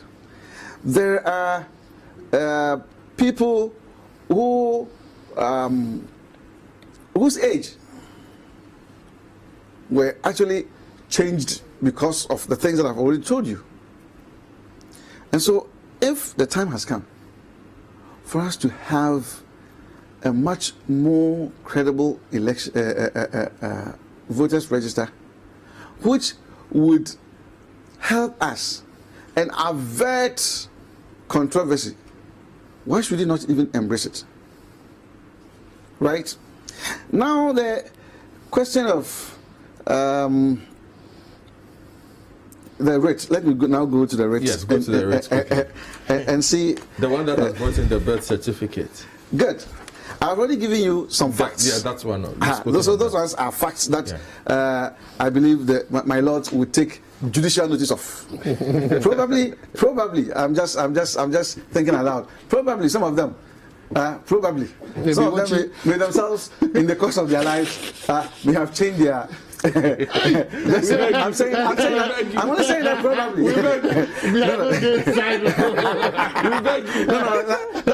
What I'm saying is that they can take judicial notice of this fact. Okay, we can take judicial notice of this fact. The football age, as we know, and all that. Otherwise, why should we call something football age? Now, it's interesting. A declaration that, upon true and proper interpretation of Article 45A of the 1992 Constitution of the Republic of Ghana, the Electoral Commission's constitutional and statutory mandate to compile the register of voters for the conduct and supervision of all public elections and referenda is spent, saving only the power reserved in the Commission to revise and expand the register of voters at such periods as may be determined by law. What they are seeking to do is that they want the court to say that, you know what, Electoral Commission, you have only one power, or you have the power to compile the register only once. Thereafter, the only power you have is to revise the register, and that you cannot do anything apart from revising the register. This is very interesting. Thankfully, we have different canons of interpretation, right? This is the literalist view, that the literal translation of what you have seen is that the Electoral Commission has the power to exercise or has a mandate to exercise that power of compiling only once. The rest is about reviewing and expanding, or revising and expanding that one power which has been spent. That's what they are saying. You see, here too, I think that in any case, I do not want us to even do so much of argument where the court may think that we are actually determining the case. We are trying to argue the case. Certainly. Right? But I believe the case, the dictum of Aqua, I've forgotten the title of the case, and the dictum of Taylor in Tufove's Attorney General would always be a guide. Okay? And the dictum of His Lordship Amagacha in the recent case, let me give the title, Aine, would always be a guide to their lordships. So I would not go too much into details. All right. But let me just give some parallel. When, and here I'm drawing it from corporate practice. Okay. Just corporate practice. Because I don't want to do the arguments. Don't. I would have done it, but I'm a lawyer myself, and I know I have to, if I say, comply with our ethics. Yes. So I have to be circumspect here. But let me just give you a very nice scenario. Okay. In a public company or in a private company with a lot of shareholders on the register, right? You realize that as the company grows over a long period of time, the register changes to the point that the people in there from the start, you will not even find anybody's name there. So what you have actually is new, right? But it is the register of members. Okay? And that's why we lawyers are very careful. When we are drafting anything, we will say that, oh, this agreement or this law, as may be amended from time to time, or as may be novated, or as may be replaced. It's the same that law. Right? And so if we do all these things, why can't we say that this register, as may be amended, okay, or as may be replaced, that is still the register. All right. Thank you very much. Thank you very much, Honorable Alexander. Well, I want to read messages, but I'm certain you have a few.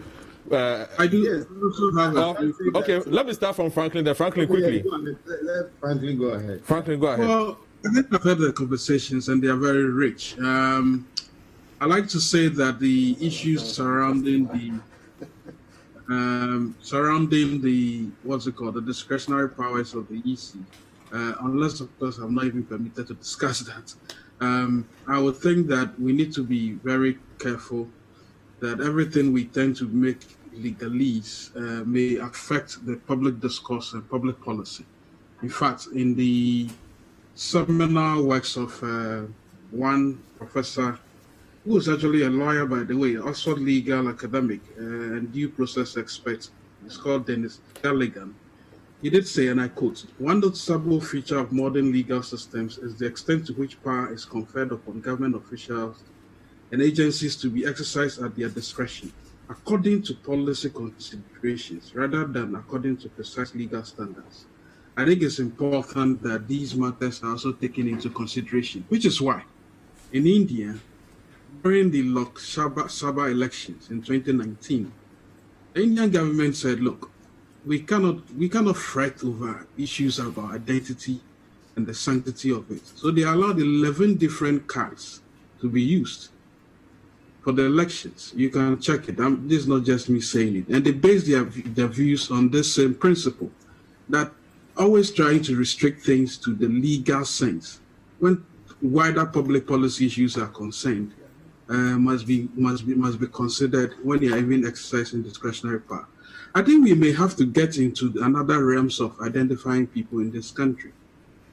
And I probably would ask the EC to start conducting DNA tests as well. Because you see, Franklin. no, seriously, if we want to stretch the arguments about the 100% proof of citizenship or eligibility to be on the roll, then we may have to stretch it from DNA to even ancestry.com and then try to find out people's ancestry. And I think my good friend like Alban has even mentioned that aspect as well when he related that of the chieftaincy. Look, you can be opening several cans of worms, and I think we need to be very careful.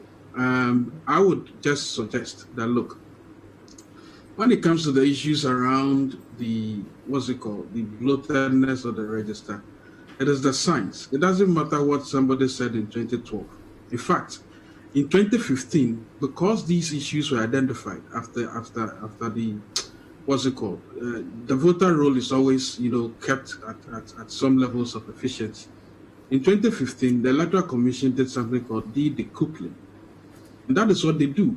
Before the elections, you actually check the integrity of the register you have, and make sure that those who may be dead and those who may have been doubly registered again, or maybe because the system may have identified people twice, you do decoupling.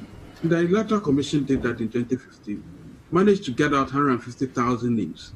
You see, even while I'm saying this, some people may use that as a justification to throw away the entire register. Even if you conduct a new register today, by the time you're using it for the elections, you still have to be able to do what? That's why they do exhibition, to ensure that the ineligibles are taken out. Cannot be any foolproof system anyway. So this habitual reference to the fact that just about 35,000 people were not biometrically verified, but they were not disenfranchised, by the way, but manually verified. All of a sudden, something we have to be thrown away. I do not see any justifications for it. I base my views on evidence and data. The data we have so far suggests that Ghana's voter population per national population is 56%. That's allowable. It is not it is not so much at parity with India, which is about 77%, by the way. England is about 72%. Argentina is about 74%. Brazil is also about 72%. Indonesia is also around 70-something%. So we are not doing anything pariah to the data and the science. So just as we are being urged not to drive the emotional drivel, we need to start serving fidelity to the data and science. Just because a justice suggested that based on some evidence given by the former EC, the register is bloated by some negligible figure, then it means that the entire register is not credible. We've moved on. In 2015, that's why we did decoupling of the biometric system and managed to get 150,000 dead people and all of those names that were ineligible out. I like to just be on that path. But as I say, it's important that if we keep stretching this argument, then I'm sure we'll never. I'm sure we'll have to start doing DNA tests, and ancestry will help. Right. By the way, recently when I was applying for visa for my kids to the EU, that was before the December around November 2019. By the way, one of the things they asked for was a birth certificate. In fact, I concluded I sent the entire application, but I couldn't locate one of the birth certificates of my wards. I had to go back, make sure, stay the process, and get it. In fact, they wrote to me saying that is needed. And on the surface of it, once we presented it, the process was given. The visas were given. The fact of the matter is that while we are busily, fighting over the sanctity of birth certificates to determine who becomes president or an MP, the persons who interact within the international community are seeing these documents as sacrosanct. I don't know. Maybe we do things differently. All right. I'm just saying that the amount of investments we make in getting into the very, very, what I call lawyers will call it obita, the extraneous material in getting us to making decisions. If we invested that amount of energy in some public policy making, we wouldn't be here fighting over identities anyway. Look, the NDC, I told you the last time, the NDC, when they were in power, started the NIA process, the ID cards. I think it was started by before parties got kicked out. When the NDC came to power, they did 7 regions, collected 4 fingerprints. Then all of a sudden, somebody thought that, we don't need 4 fingerprints, we need 5. So 7 regions that had invested time and queue were just abandoned, left, and we had to now begin the entire process again. It looks as if there's some real business in identity management in this country. I better set up a shop and start investing in one. Maybe I'll do DNA verification. All right, thank you very much, Franklin Kujo. Let me take a couple of messages, then we go on a quick break. This one says, I sometimes don't understand the EC. They claim the current voters register contains foreigners and other persons who registered with NHIS cards, of which the previous EC didn't detect. Good. Now you, the EC, have access to everything. So delete them from the register and let us know they have done what the other could not do. Thank you. This one also coming from Obatampa Francis Irabna Isiem says, Godfred, tell Nikwaku that baptismal, job and educational application documents require information on biodata, including parents' name or parentage, hometown, place or birth, and more details than a birth certificate requires. Also, let the NDC and IPRA know that they do not represent the totality of the voting population. They can't decide or dictate for us. The NVR is coming on live and clear. No ECOWAS or UN registration will pass. I can tell you that as a former member of the NDC, their cup is full. Okay, this one has come for. Let me just take a few more. Let's see. This is from Mark Paradise Okocha. He says, today Nikwaku almost convinced me with his presentation, but Honorable Aban has done a marvelous job with law, cases, and the Constitution, and has taken it away from Nikwaku. Truth be told, it is not what you know, but rather what you can prove in court. 23rd will surely come for the judgment. A new voters register is long overdue, but the EC must also show us the degree of the problem in the old voters register. Happy birthday to Mrs. Aban, and greetings to my friend from far away, Ni Pakwesa Moa Ado. Felix from, is it Agate or Agate or Agate? Let me just hope I got one of these 3 right. The primary document, birth certificate, which gave birth to the Ghana card, is now discarded as a proof of Ghanaian citizenship. If it is not broken, do not fix it. Someone says, if birth certificates are debased, then our passports are debased. This is coming from Stephen Breno from Chakra Day. Let's see.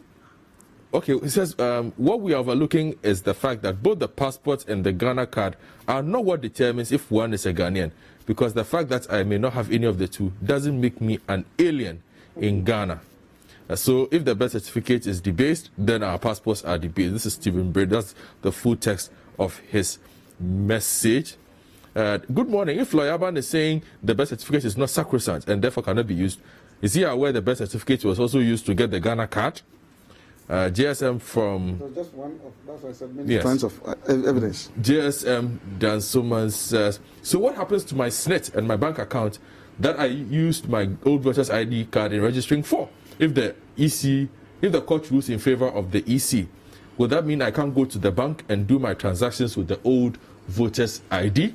That is a big question that he's asking. The big issue, we'll be back with more.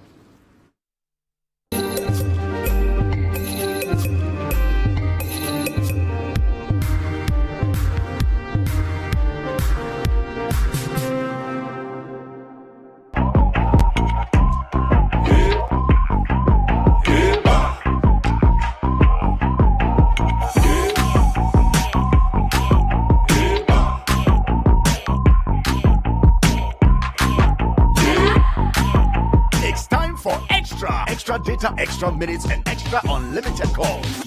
Not just that, even our extra data doesn't expire.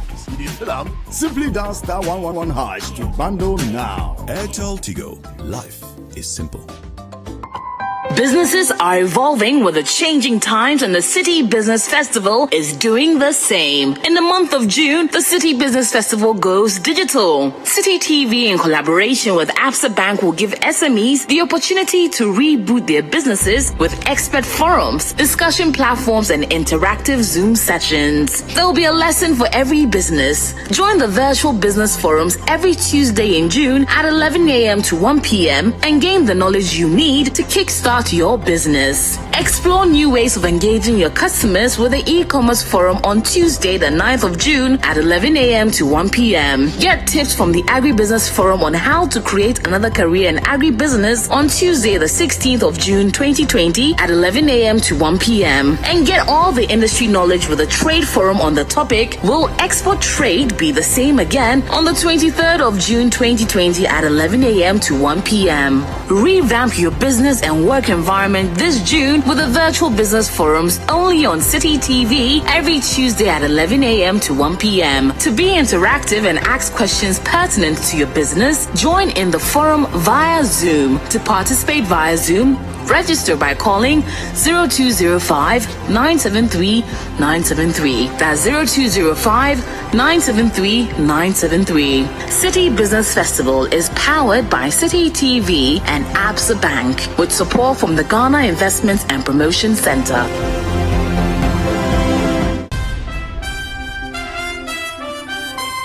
Every day at 8 p.m., City Newsroom brings you analysis of the major news stories of the day. It's in-depth, comprehensive, and researched. Disperse the crowd using tear gas, but more weapons have been fired. And I'm sorry, speaking to you directly from the window of a police station in between two troubles. Please, I'm just after the fetching of the water because the government is saying that they should give us some water freely. But hereby, we are not seeing anybody who is bringing the water for us to fetch. It's 1 hour of local news from 8 p.m. to 9 p.m. The City Newsroom, every day on City TV. It's your world.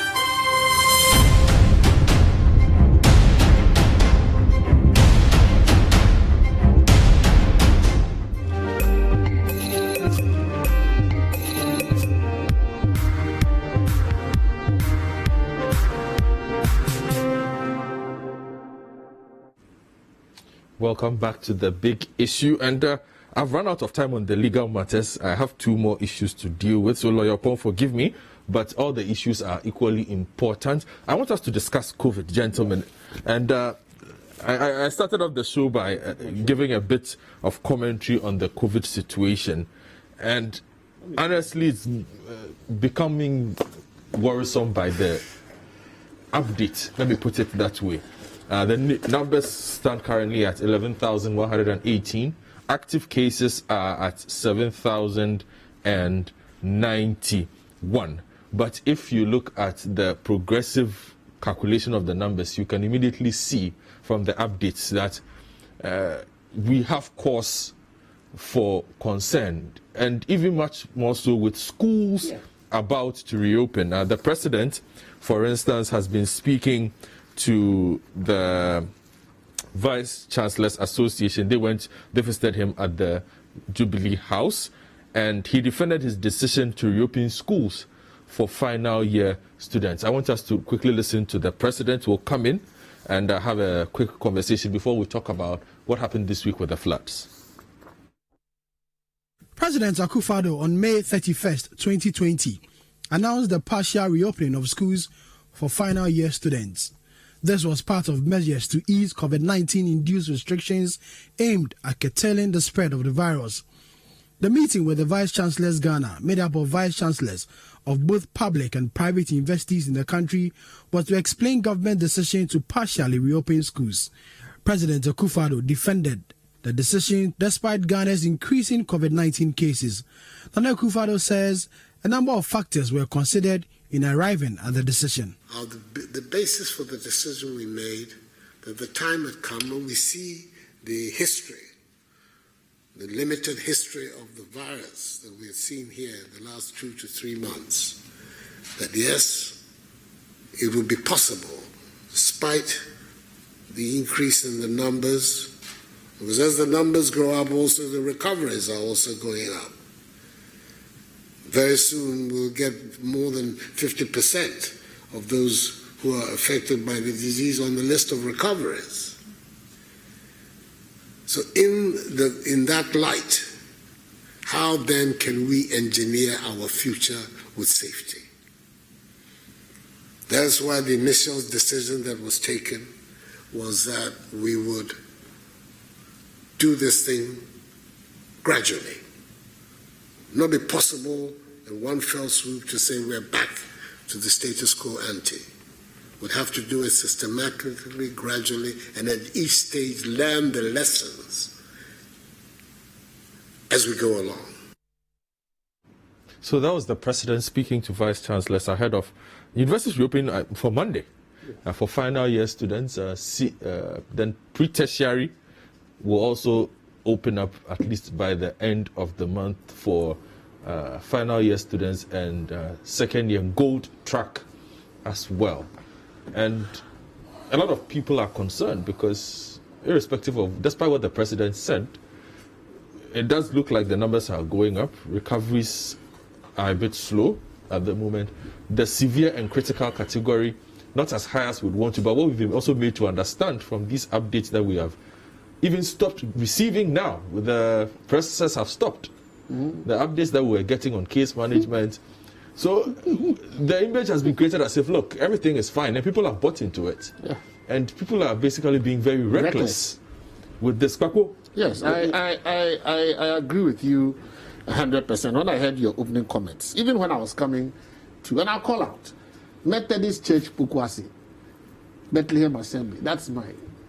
I saw a funeral ongoing with persons moving in clusters, no face mask, no social distancing. Which church is this? Bethlehem, as a Bethlehem. It's a Methodist church. Yes, a Methodist church. It's my church. My church. I'll mention them out. This morning I was surprised. I was very sad what I saw. No social distancing. It's sad. We are playing with fire. If you look at the death rates in other countries, and you see when the WHO warned that Africa was the next epicenter, I think we thought they were joking, but we are slowly beginning to see the results of this. And just to reiterate on that, for those who are interested, it took 98 days to record the first 100,000. Yes. We've recorded another 100,000 in 18 days. Yes.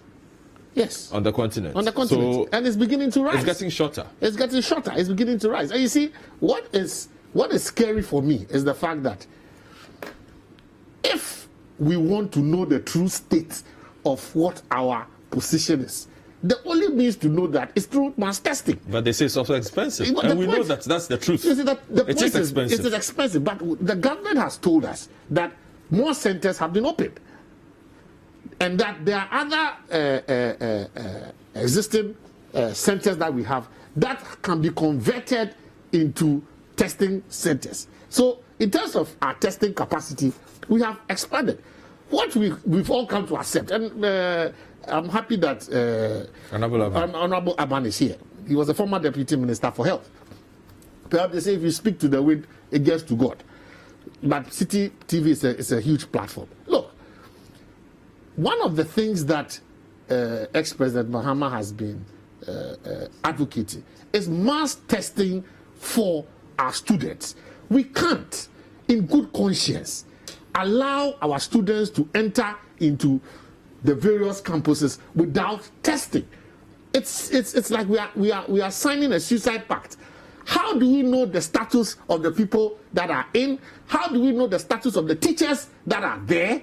And how do we then enable ourselves to say that, look, if we allow 100 people to enter, those 100 people are negative. And so whatever steps you are taking to isolate and protect them, because the idea is that you say their parents should not visit them. They should not have any visitor. There should be lower lower numbers of steady social distancing, less crowding and all that. Yeah. The idea is that you want to protect them from some infection from outside, but you are not concerned about whether the people that are coming from their various homes have any infections or not. It doesn't make sense. Because at the end of the day, if you look at the statistics that are coming out, wherever we have the schools have been open, there have been infections. Everywhere that has opened schools, some places have been forced to even close immediately they open, because when they started the testing, they realized that there is the presence of the virus.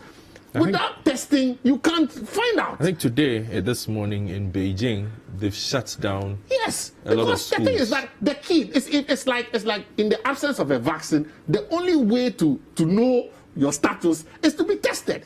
We have also come to accept, Mr. Government, that look, it will take us 2 weeks, 3 weeks to know our results. No problem, but at least take the samples.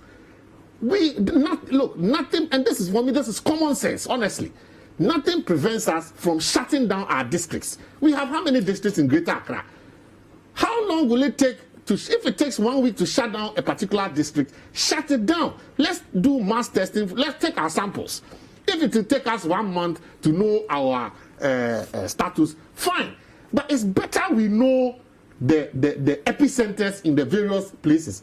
This mass contact tracing is helpful. At least but the only way by which you can address this issue is through mass testing. And even with the contact tracing, there's a situation that came up in the Ashanti region that, if we are not careful, might end up being replicated. Now, Ashanti region contact tracers are saying they will go on strike because their stipends have been cut. Yes. And according to the regional health director, he's saying, well, we don't really need you that much because our people can do it. But if you look at the numbers, it's a joke. That interview was unfortunate. I watched it. So back to my point that if we need to know, we need to do we either say that let's close schools for the year. Let's not sacrifice that 1 year, because after all, if there are strikes, we don't, because without a vaccine, we have a problem. For those who are parents, it's even worse. You are in a dilemma. How do you allow your child to go to school when you know that potentially you'll be exposing that child to a risk? And to say that we should allow our kids to go to school without any form of testing, I think is the height of recklessness. So I would appeal, it's just an appeal as a parent and as, on behalf of all of us. Let's test. We need to know our status. Even if it will take us 8 weeks, 2 months to know the results, it's fine. But the elite should not be tested, and then the rest of us don't know what our status are. It's not fair. That is all that I have to say in respect of this. Let me go to Lawyer Opon on this matter. Lawyer Opon. Yes.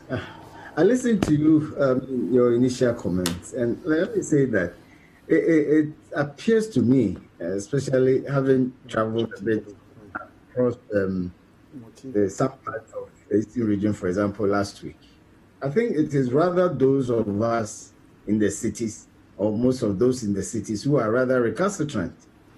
I mean, in those areas that I went, and I'm happy Nipa mentioned it. I also attended the fair. Almost everybody who was in the church, and of course they complied with the number also, had face masks at the cemetery as well.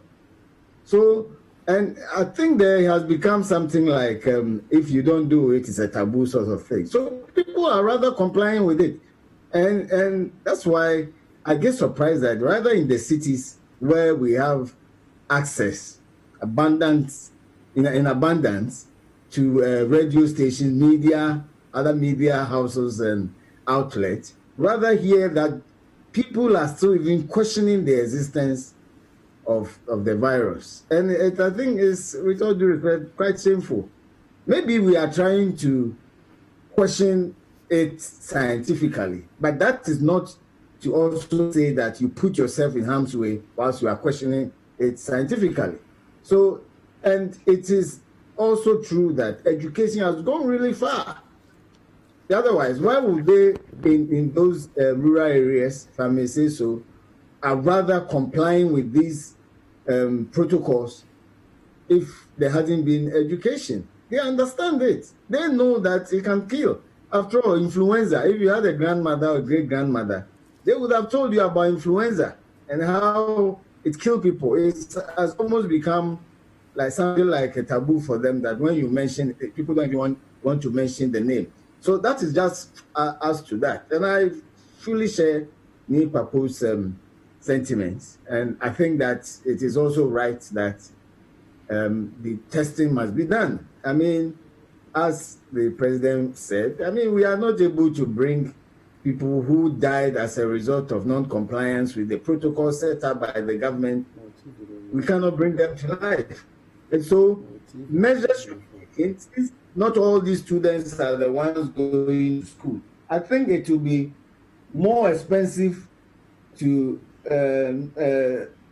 allow or permit it to be infested in those schools other than rather to test them. It is cheaper in terms of what we can lose to test the students than to allow them to all go there and rather also with their teachers, and they may be infested. So I think it should be taken into consideration. Maybe before you enter the school, there should be a certificate that you have been tested and perhaps you are not infested yet.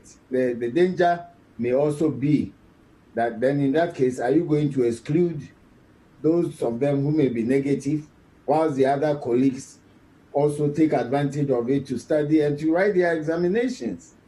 If we're doing so, we must then think about what will also happen to those who may be negative. Of course, I think it will be just for a month or a little more than that. So if they have to even be quarantined, there should be measures also by which they can also, even whilst they are in quarantine or maybe isolation, they should be able to also do what their colleagues who are not positive may be allowed to do in the schools. Again, some have also suggested that perhaps if I'm from, let's say, Tamale or Bumpulugu Yoyo or maybe Ho, I should be allowed to go to a school in Accra, maybe Accra also. Then the person who is from Accra, but because of his parents are somewhere else, he was there, should be able to also go to school in Tamale, so that they wouldn't have to move from one place to another, which may itself also cause infection. So on that note, I share Nipapo's sentiment to a large extent, except to also add that we should, even if, with all due respect, we have very little regard for our lives, think about the life of others. It shouldn't be that others should compel us to do it, as some are doing in other countries where there are arrests. This should be something that is just like a virtue. You have it because you are human. You have it because you have life. And to the extent that you wouldn't want, unless there's something that is really extreme, which is not permissible for you to take your life, then you should, in protecting your life, you should ensure that the lives of others are also protected. And that is why I was worried to hear the information that there are people living at the highest places in Parliament. And yesterday, the Minister for Parliamentary Affairs on your program, that there could be even MPs and non-MPs and even journalists or people who frequent the presence of Parliament who may be carrying them. One particular person who knew that he had been informed and was still going to work. We should just take it upon ourselves that whether or not you will be caught, once you know you have it, it is your duty and responsibility, and in fact obligation, to just follow the appropriate protocols so that you don't infest others. Because infesting others with a known contagious disease is even a crime. I'll end it at this. And it's there for me. Franklin? Well, I'm quite ambivalent when it comes to some of these issues because in one breath you are caught with the whole idea of trying to reach.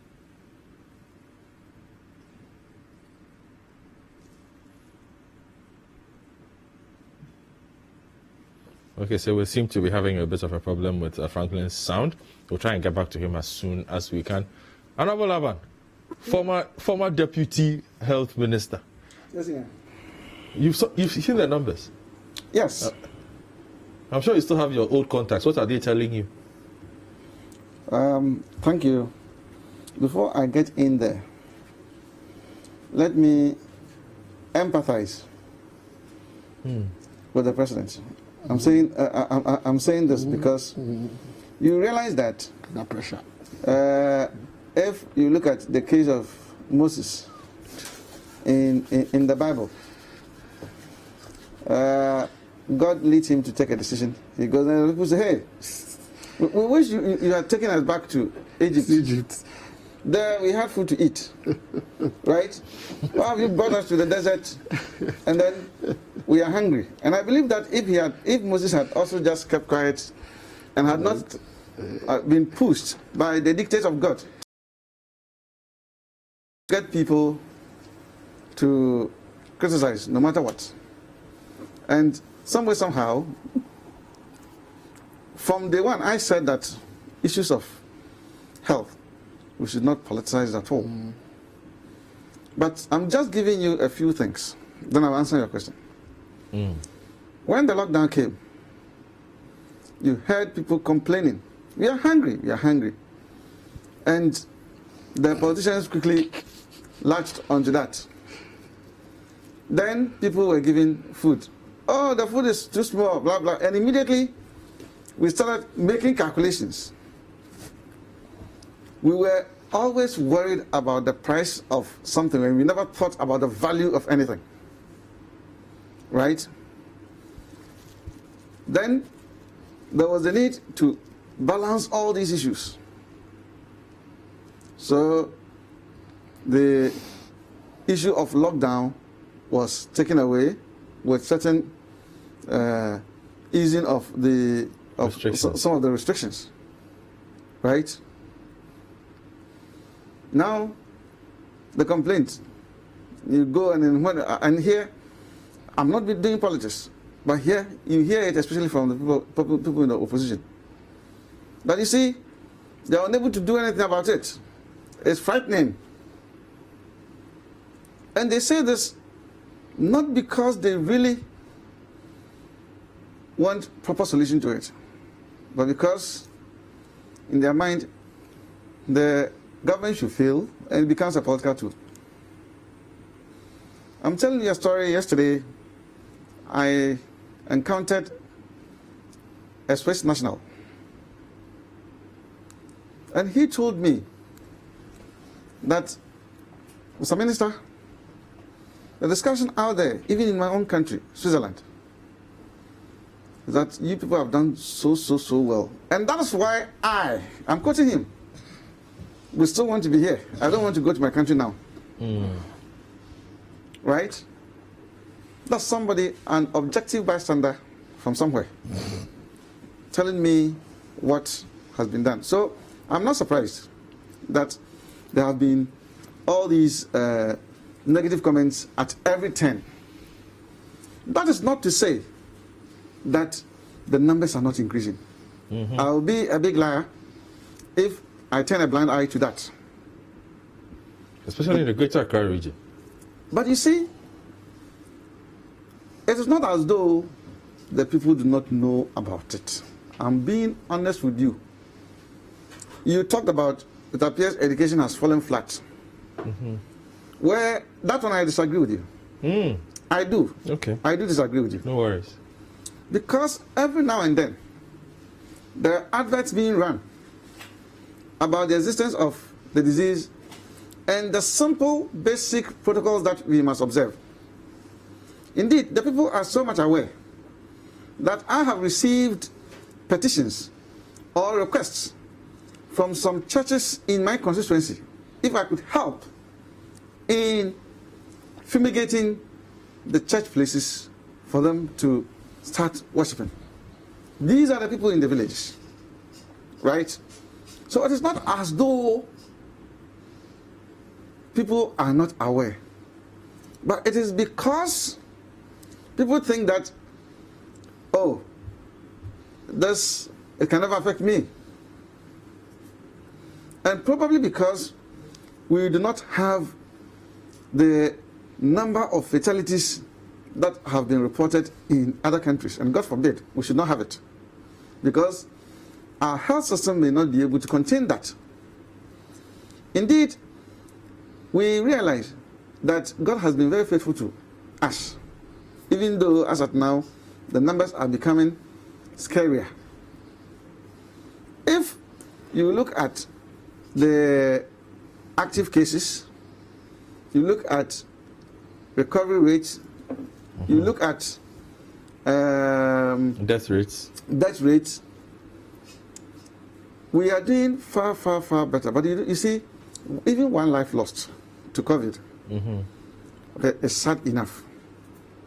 But you cannot run away from the reality of also trying to do comparative analysis of the events here and events elsewhere, as far as COVID is concerned.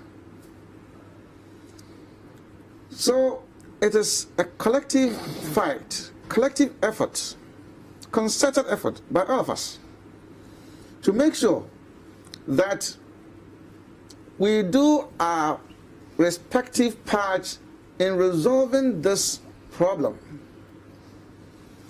Government, civil society organizations, individuals. But what do the individuals do? They throw caution to the wind. Then when the numbers do increase, it is the same people who would come complaining. Right? But business... It's the nature of the social contract. Exactly. Because but you can't complain about it now. But the business of governance, right, is that the governed do their parts, and then the governors also do their parts. It will be foolhardiness for anybody to conceive that it is those in the political hierarchy who must go around making sure that people are wearing their masks. Right? It's a fact that we must live up to. Because otherwise, when are we going to get the full complement of inspectors who will do this? So I think that in the circumstances that we find ourselves, the government has done so well. There's still more room for improvement, and I believe we will take the next step to make sure that we all do our part to fight this COVID-19 disease. All right, thank you very much for that. So that is all we will say on that. We will move also to another big one that happened this week. The rains came down, and it's the same story. I recall last year by this time, the show that we did, Engineer Mahama was sitting here, I was sitting there. We had a nice conversation about this. A year down the road, here we are again. Is this last year? You know, it's become an annual ritual. Is the photo last year? No, this is from this year. What you're seeing there, it's from this year. So it's parts of Accra submerged again. On my way to work this morning, even at Dabraka as usual, filthy people with their personal effects outside, all wet. Because now, as soon as it starts raining, people start crying. Yeah. Because they know they won't sleep. They don't have it. Their properties are not safe. Large parts of Accra, and we again, it almost sounds like you complain too much when when you discuss these things. But I will see if I can get Engineer Abdullahi Mahama to have a conversation with this morning. Engineer, good morning. Engineer Abdullahi Mahama, good morning.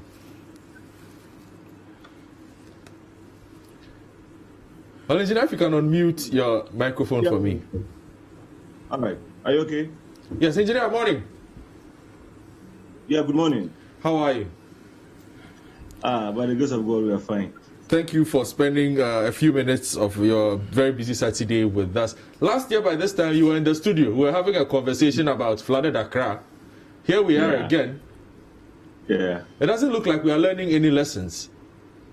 Oh, not at all. We have not gotten to the stage of learning. But we've heard of so many plans from the sanitation ministry, from works and housing, about significant work that have been done to make sure these things did not reoccur. From a technical standpoint, what were your observations of what happened on Monday, Tuesday, Wednesday? Well, I am not surprised. So I have to say a good morning to your viewers and listeners alike.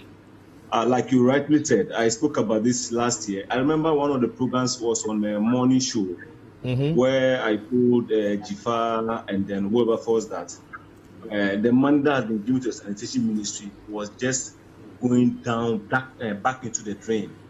We're going to sink the money back into the drain because the measures that were being taken by government at that time was just like a knee-jerk approach towards the solution. And once we did not go beyond a certain measure, as in when the rains came down, we did not plan to continuously take one step after the other to ensure that at least we can minimize. If let's say we're having about 90% of the devastation, we can be reducing it as the years go by, so that in the next 5 years or so, we would have brought it to the barest minimum. That is not being done.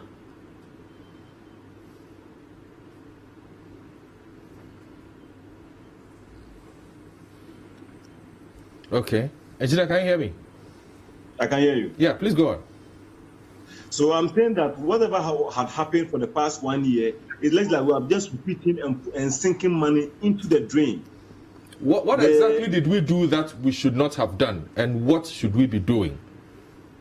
What I said was that the immediate approach was to ensure that we do some desilting of the Odo, right from the sea area all the way to like Avena or Abofu. It started somewhere last year, and it stopped. But the most important thing that we need to do after the desilting, or maybe doing the desilting to a certain degree, was to go beyond the Abofu stretch. Now, beyond the Abofu stretch is where we have the online drain. The online drain is a storm drain that has not been concrete. Yes. There has not been any concrete which has been used to line it. Now, from the Abofu stretch through ABC to Domipila 2 to Kwabenya to Bukusu is the high area where we are sourcing our stills from. Nobody had ever deposited sand into a drain when it is raining. We can punish offenders for putting refuse, but the Odo is about 95% occupied with silt, not polythene bags. So if we do the desilting and we don't go upstream to extend the line drains year by year or quarterly by quarterly basis, whatever we are doing in Accra is just a gimmick. All that we're doing in Accra, we'll just try to do some to the gallery. I mean, play to the cameras, finish some small desilting, do politics with it, and the next year will visit us again. This will repeat itself in September, October. So in the immediate future, when we are done with a major desilting of the Odo, what government ought to do is be able to extend the line drain from Abofu and beyond. Secondly, if we identify that there are other sources of receptor, as in where we get silt to enter the Odo directly, we need to ensure that those areas are curtailed. But what seems to be the issue with the dredging? We've been talking about dredging and desilting this spot for almost a decade now.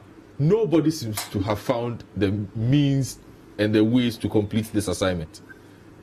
The dredging as you see it there, is not a joke.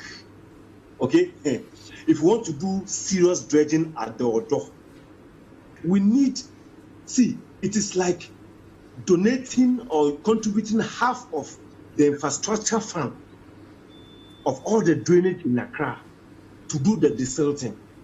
I did a calculation 2 days ago, which I submitted to one of your sister stations, and I told them that in the current state of what we see at the Odo, we need about 281 days, because I did a basic calculation of the sea area towards Avena, which is about 3 kilometers.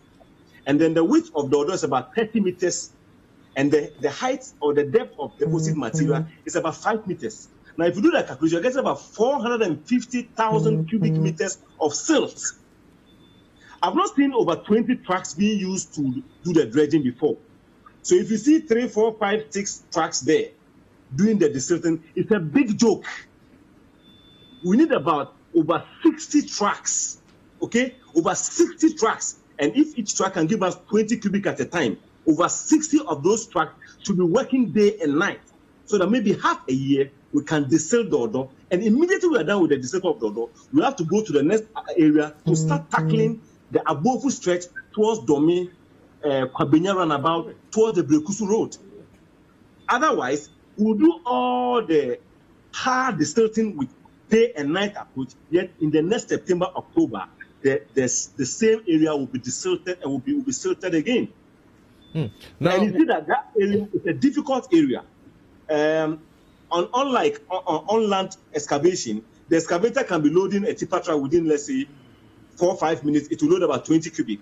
But on the Odo, because of the difficulty standing on the silted material, it may take about 30 or 25 minutes to load one truck.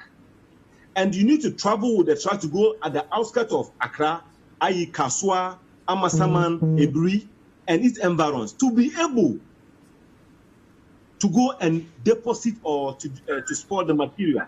Traffic consideration has not come in because the truck would have to go through traffic. So in that case, the best approach is that they're going to do that in the night. But in the night, they may not be able to do as the quantity I want them to do.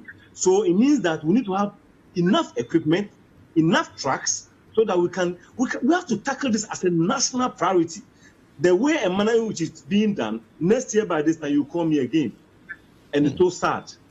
And you've also spoken about the construction of waterways. And if you look at a lot of the affected communities, indeed, you will find them near the edges of, or in the path of, surface water resources. Again, we've spoken about finding a way to deal with this. Nobody seems willing to take action. Yes. What is the solution? The last time I was on your show, I quoted an act that has so much power vested in the assemblies. The Land Use and Special Order Acts at 2016. That if the various assemblies use that act, Accra will be a safe place to be. It is on the shelves. That's it. And nobody's using it. Because if those acts are ensured to the latter, I'll just paraphrase one of them again, because you remember the last time I said, an officer may without notice to the developer alter, abate, remove, or destroy a structure when that structure is considered as a nuisance to the environment or the public right of state. Now, there was a 18th communique when the atomic disaster happened. There was a communique from the Flagstaff House that filling stations, new filling stations ought not to be constructed in some areas. We need to have about some 500 meter square radius. Are they being done? Go on the Amasaman stretch, go on the Kaswa stretch, go on the Dodua stretch, and see the mushroom of filling stations which are springing up. And I told you, you and I cannot own a filling station because of the amount involved. The rich and the politicians.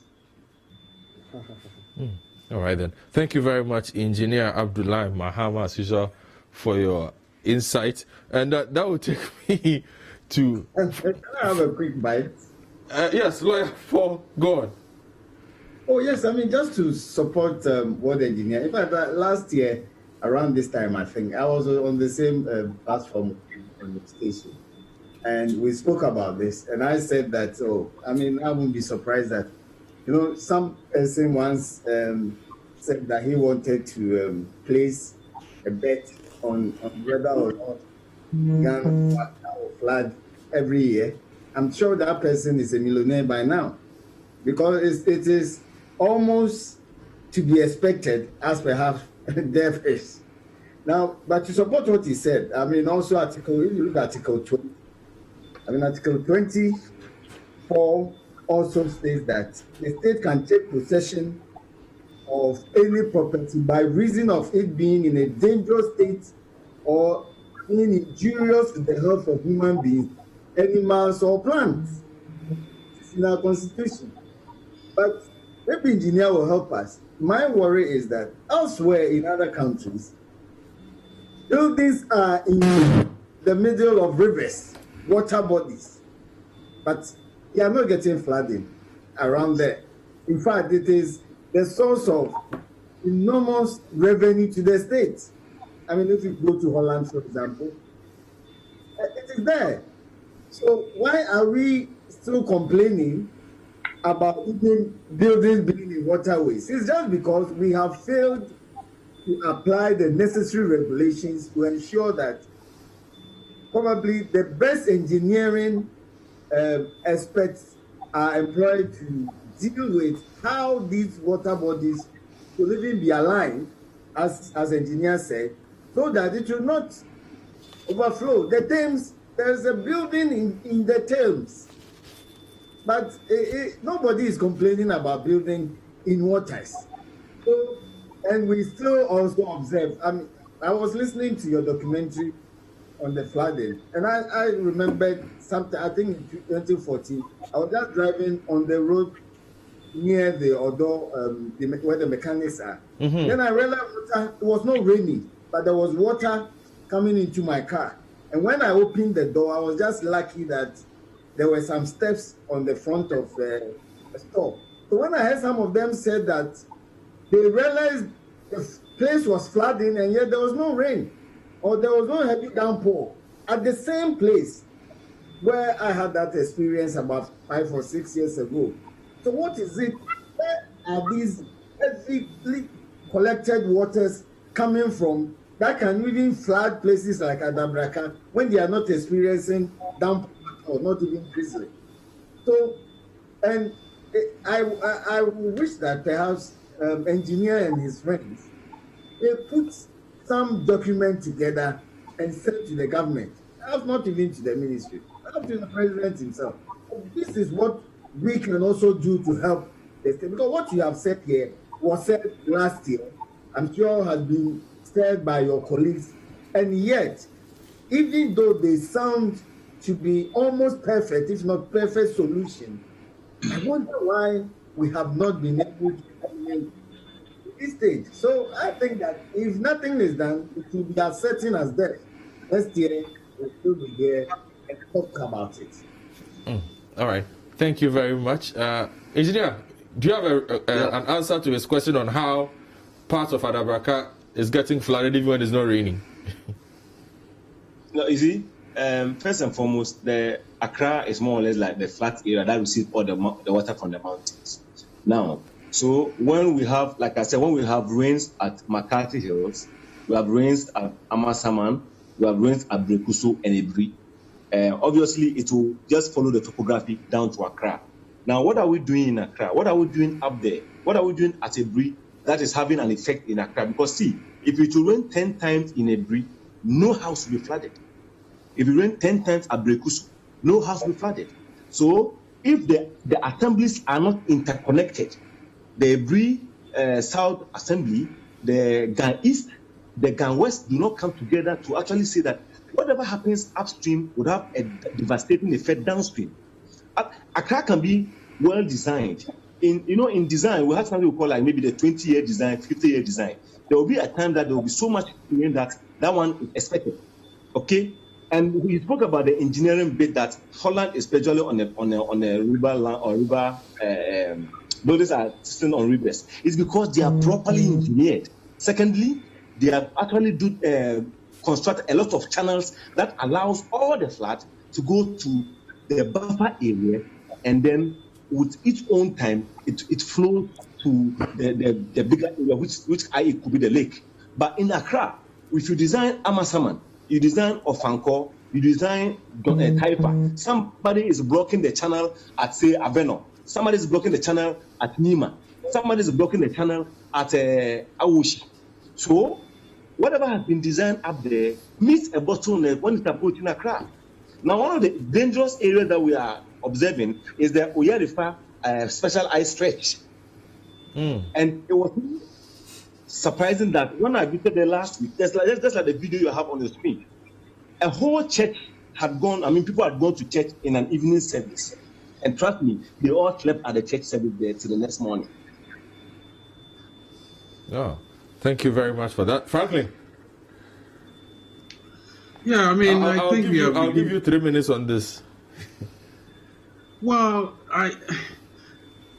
do I even have anything significant to add? I think we like I said, the amount of time and resources we invest in things that are not necessary, like doing this register stuff. If we spent all those energies and money into doing these basic things, we'll probably be better off. I mean, the thing that public policy regarding floods and regarding infrastructure have become political and they've become issues of political footballing.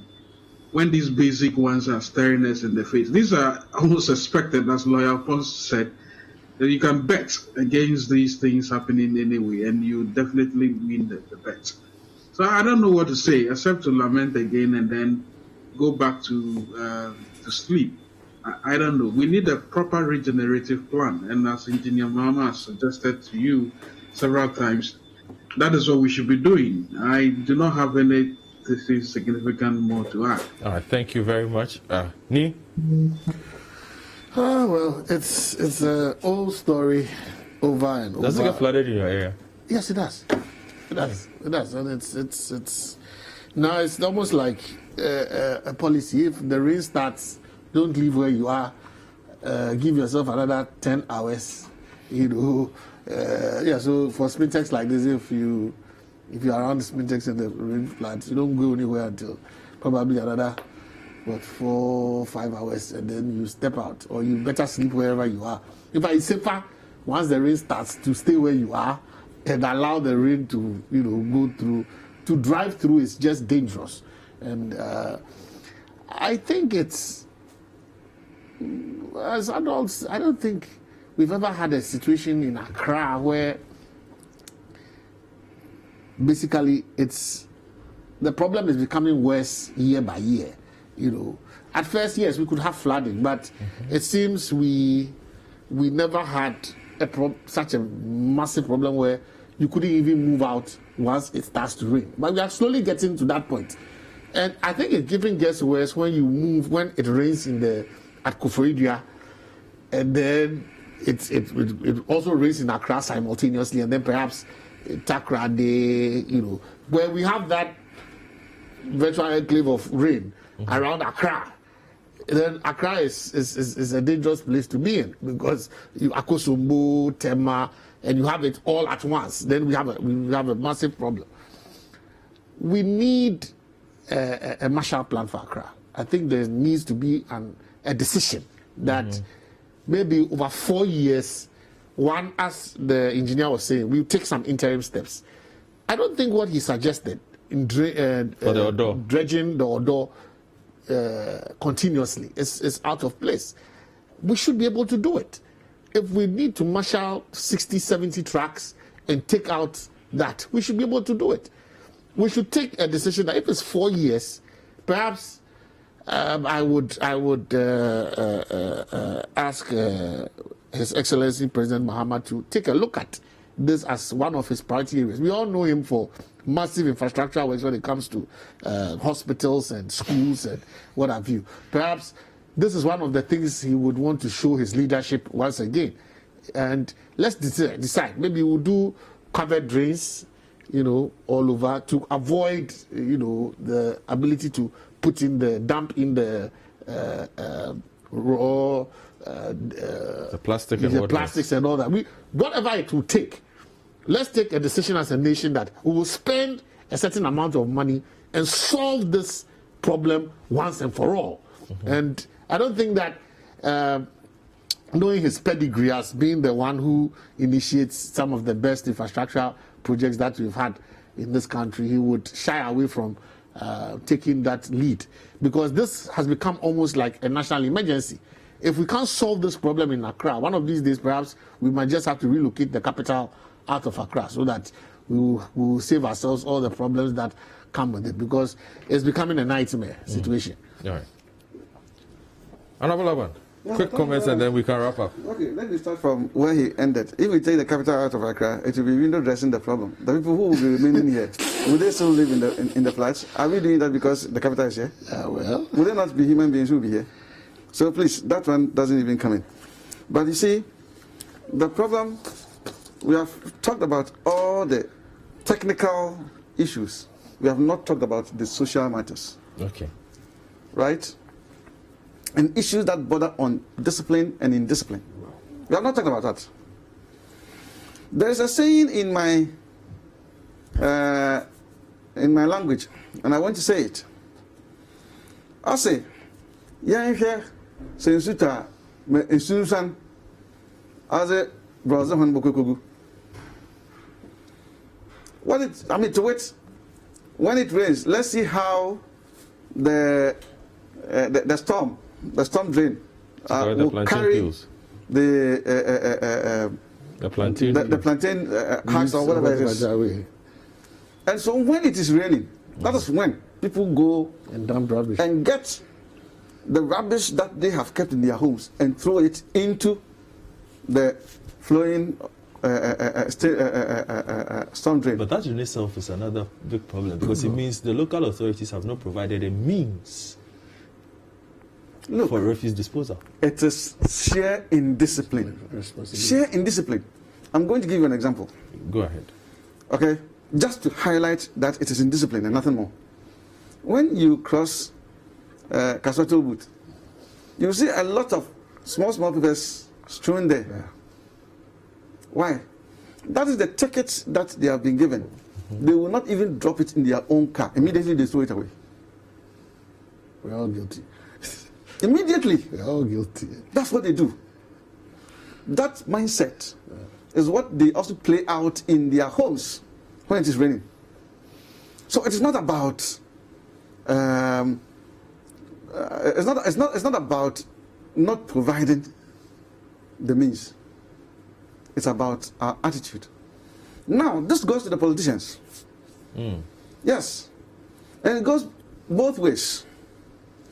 If the government should take a very bold decision to go and clear off the buildings in the waterways, right?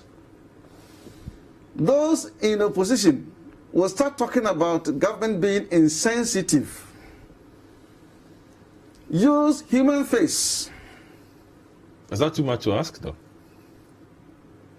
You can do both. When you use that human face and you window dress the issue, we will come back to it again. No, but I'm saying removing somebody does not necessarily mean you have to be mean to the person. Oh, not necessarily. But you see, even when you have given ample notice and all that, somebody does something very silly, with all due respect. He exhibits his indiscipline and he wants to benefit from it. That's all. If you are removing me from here, give me another alternative accommodation. Right? So those social matters have not been dealt with. If you like, let us desilt all the drains that we have. Within a short while, they will be full again, because we would go and throw rubbish in there. I can't help but to do some kind of comparison. In 1 minute. He mentioned Thames and all that. When I went to Boston University, in fact, the law school, when you are way up, you think as though you are even falling into the Charles River. It is actually meandering its way through towns, through the city of Boston and Cambridge. In fact, that is the boundary line. In fact, in the heart of city, you will not see a single drop of anything in that river. Are they not human beings?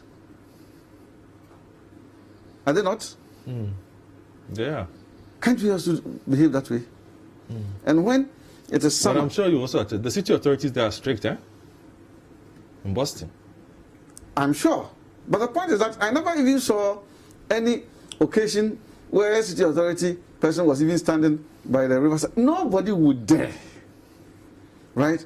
And in summer, when they go on some kind of canoe maneuverings on that river, so beautiful. Can't we do the same for other rivers? Okay. Thank you very much.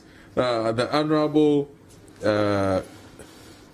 the Honorable Alexander Akban, Member of Parliament for Gomoa West and Deputy Minister of Communications, wrapping up another exciting episode of The Big Issue. Thank you very much, Franklin Kujo, who joined us via Zoom from home, as did Lawyer Opong. As for Lawyer Opong, he's always in the office. Thank you as well. Nipaku Samuado, we appreciate your time as well. And thank you as well those of you who watched us and sent us your messages. I hope you enjoyed the show. See you next time.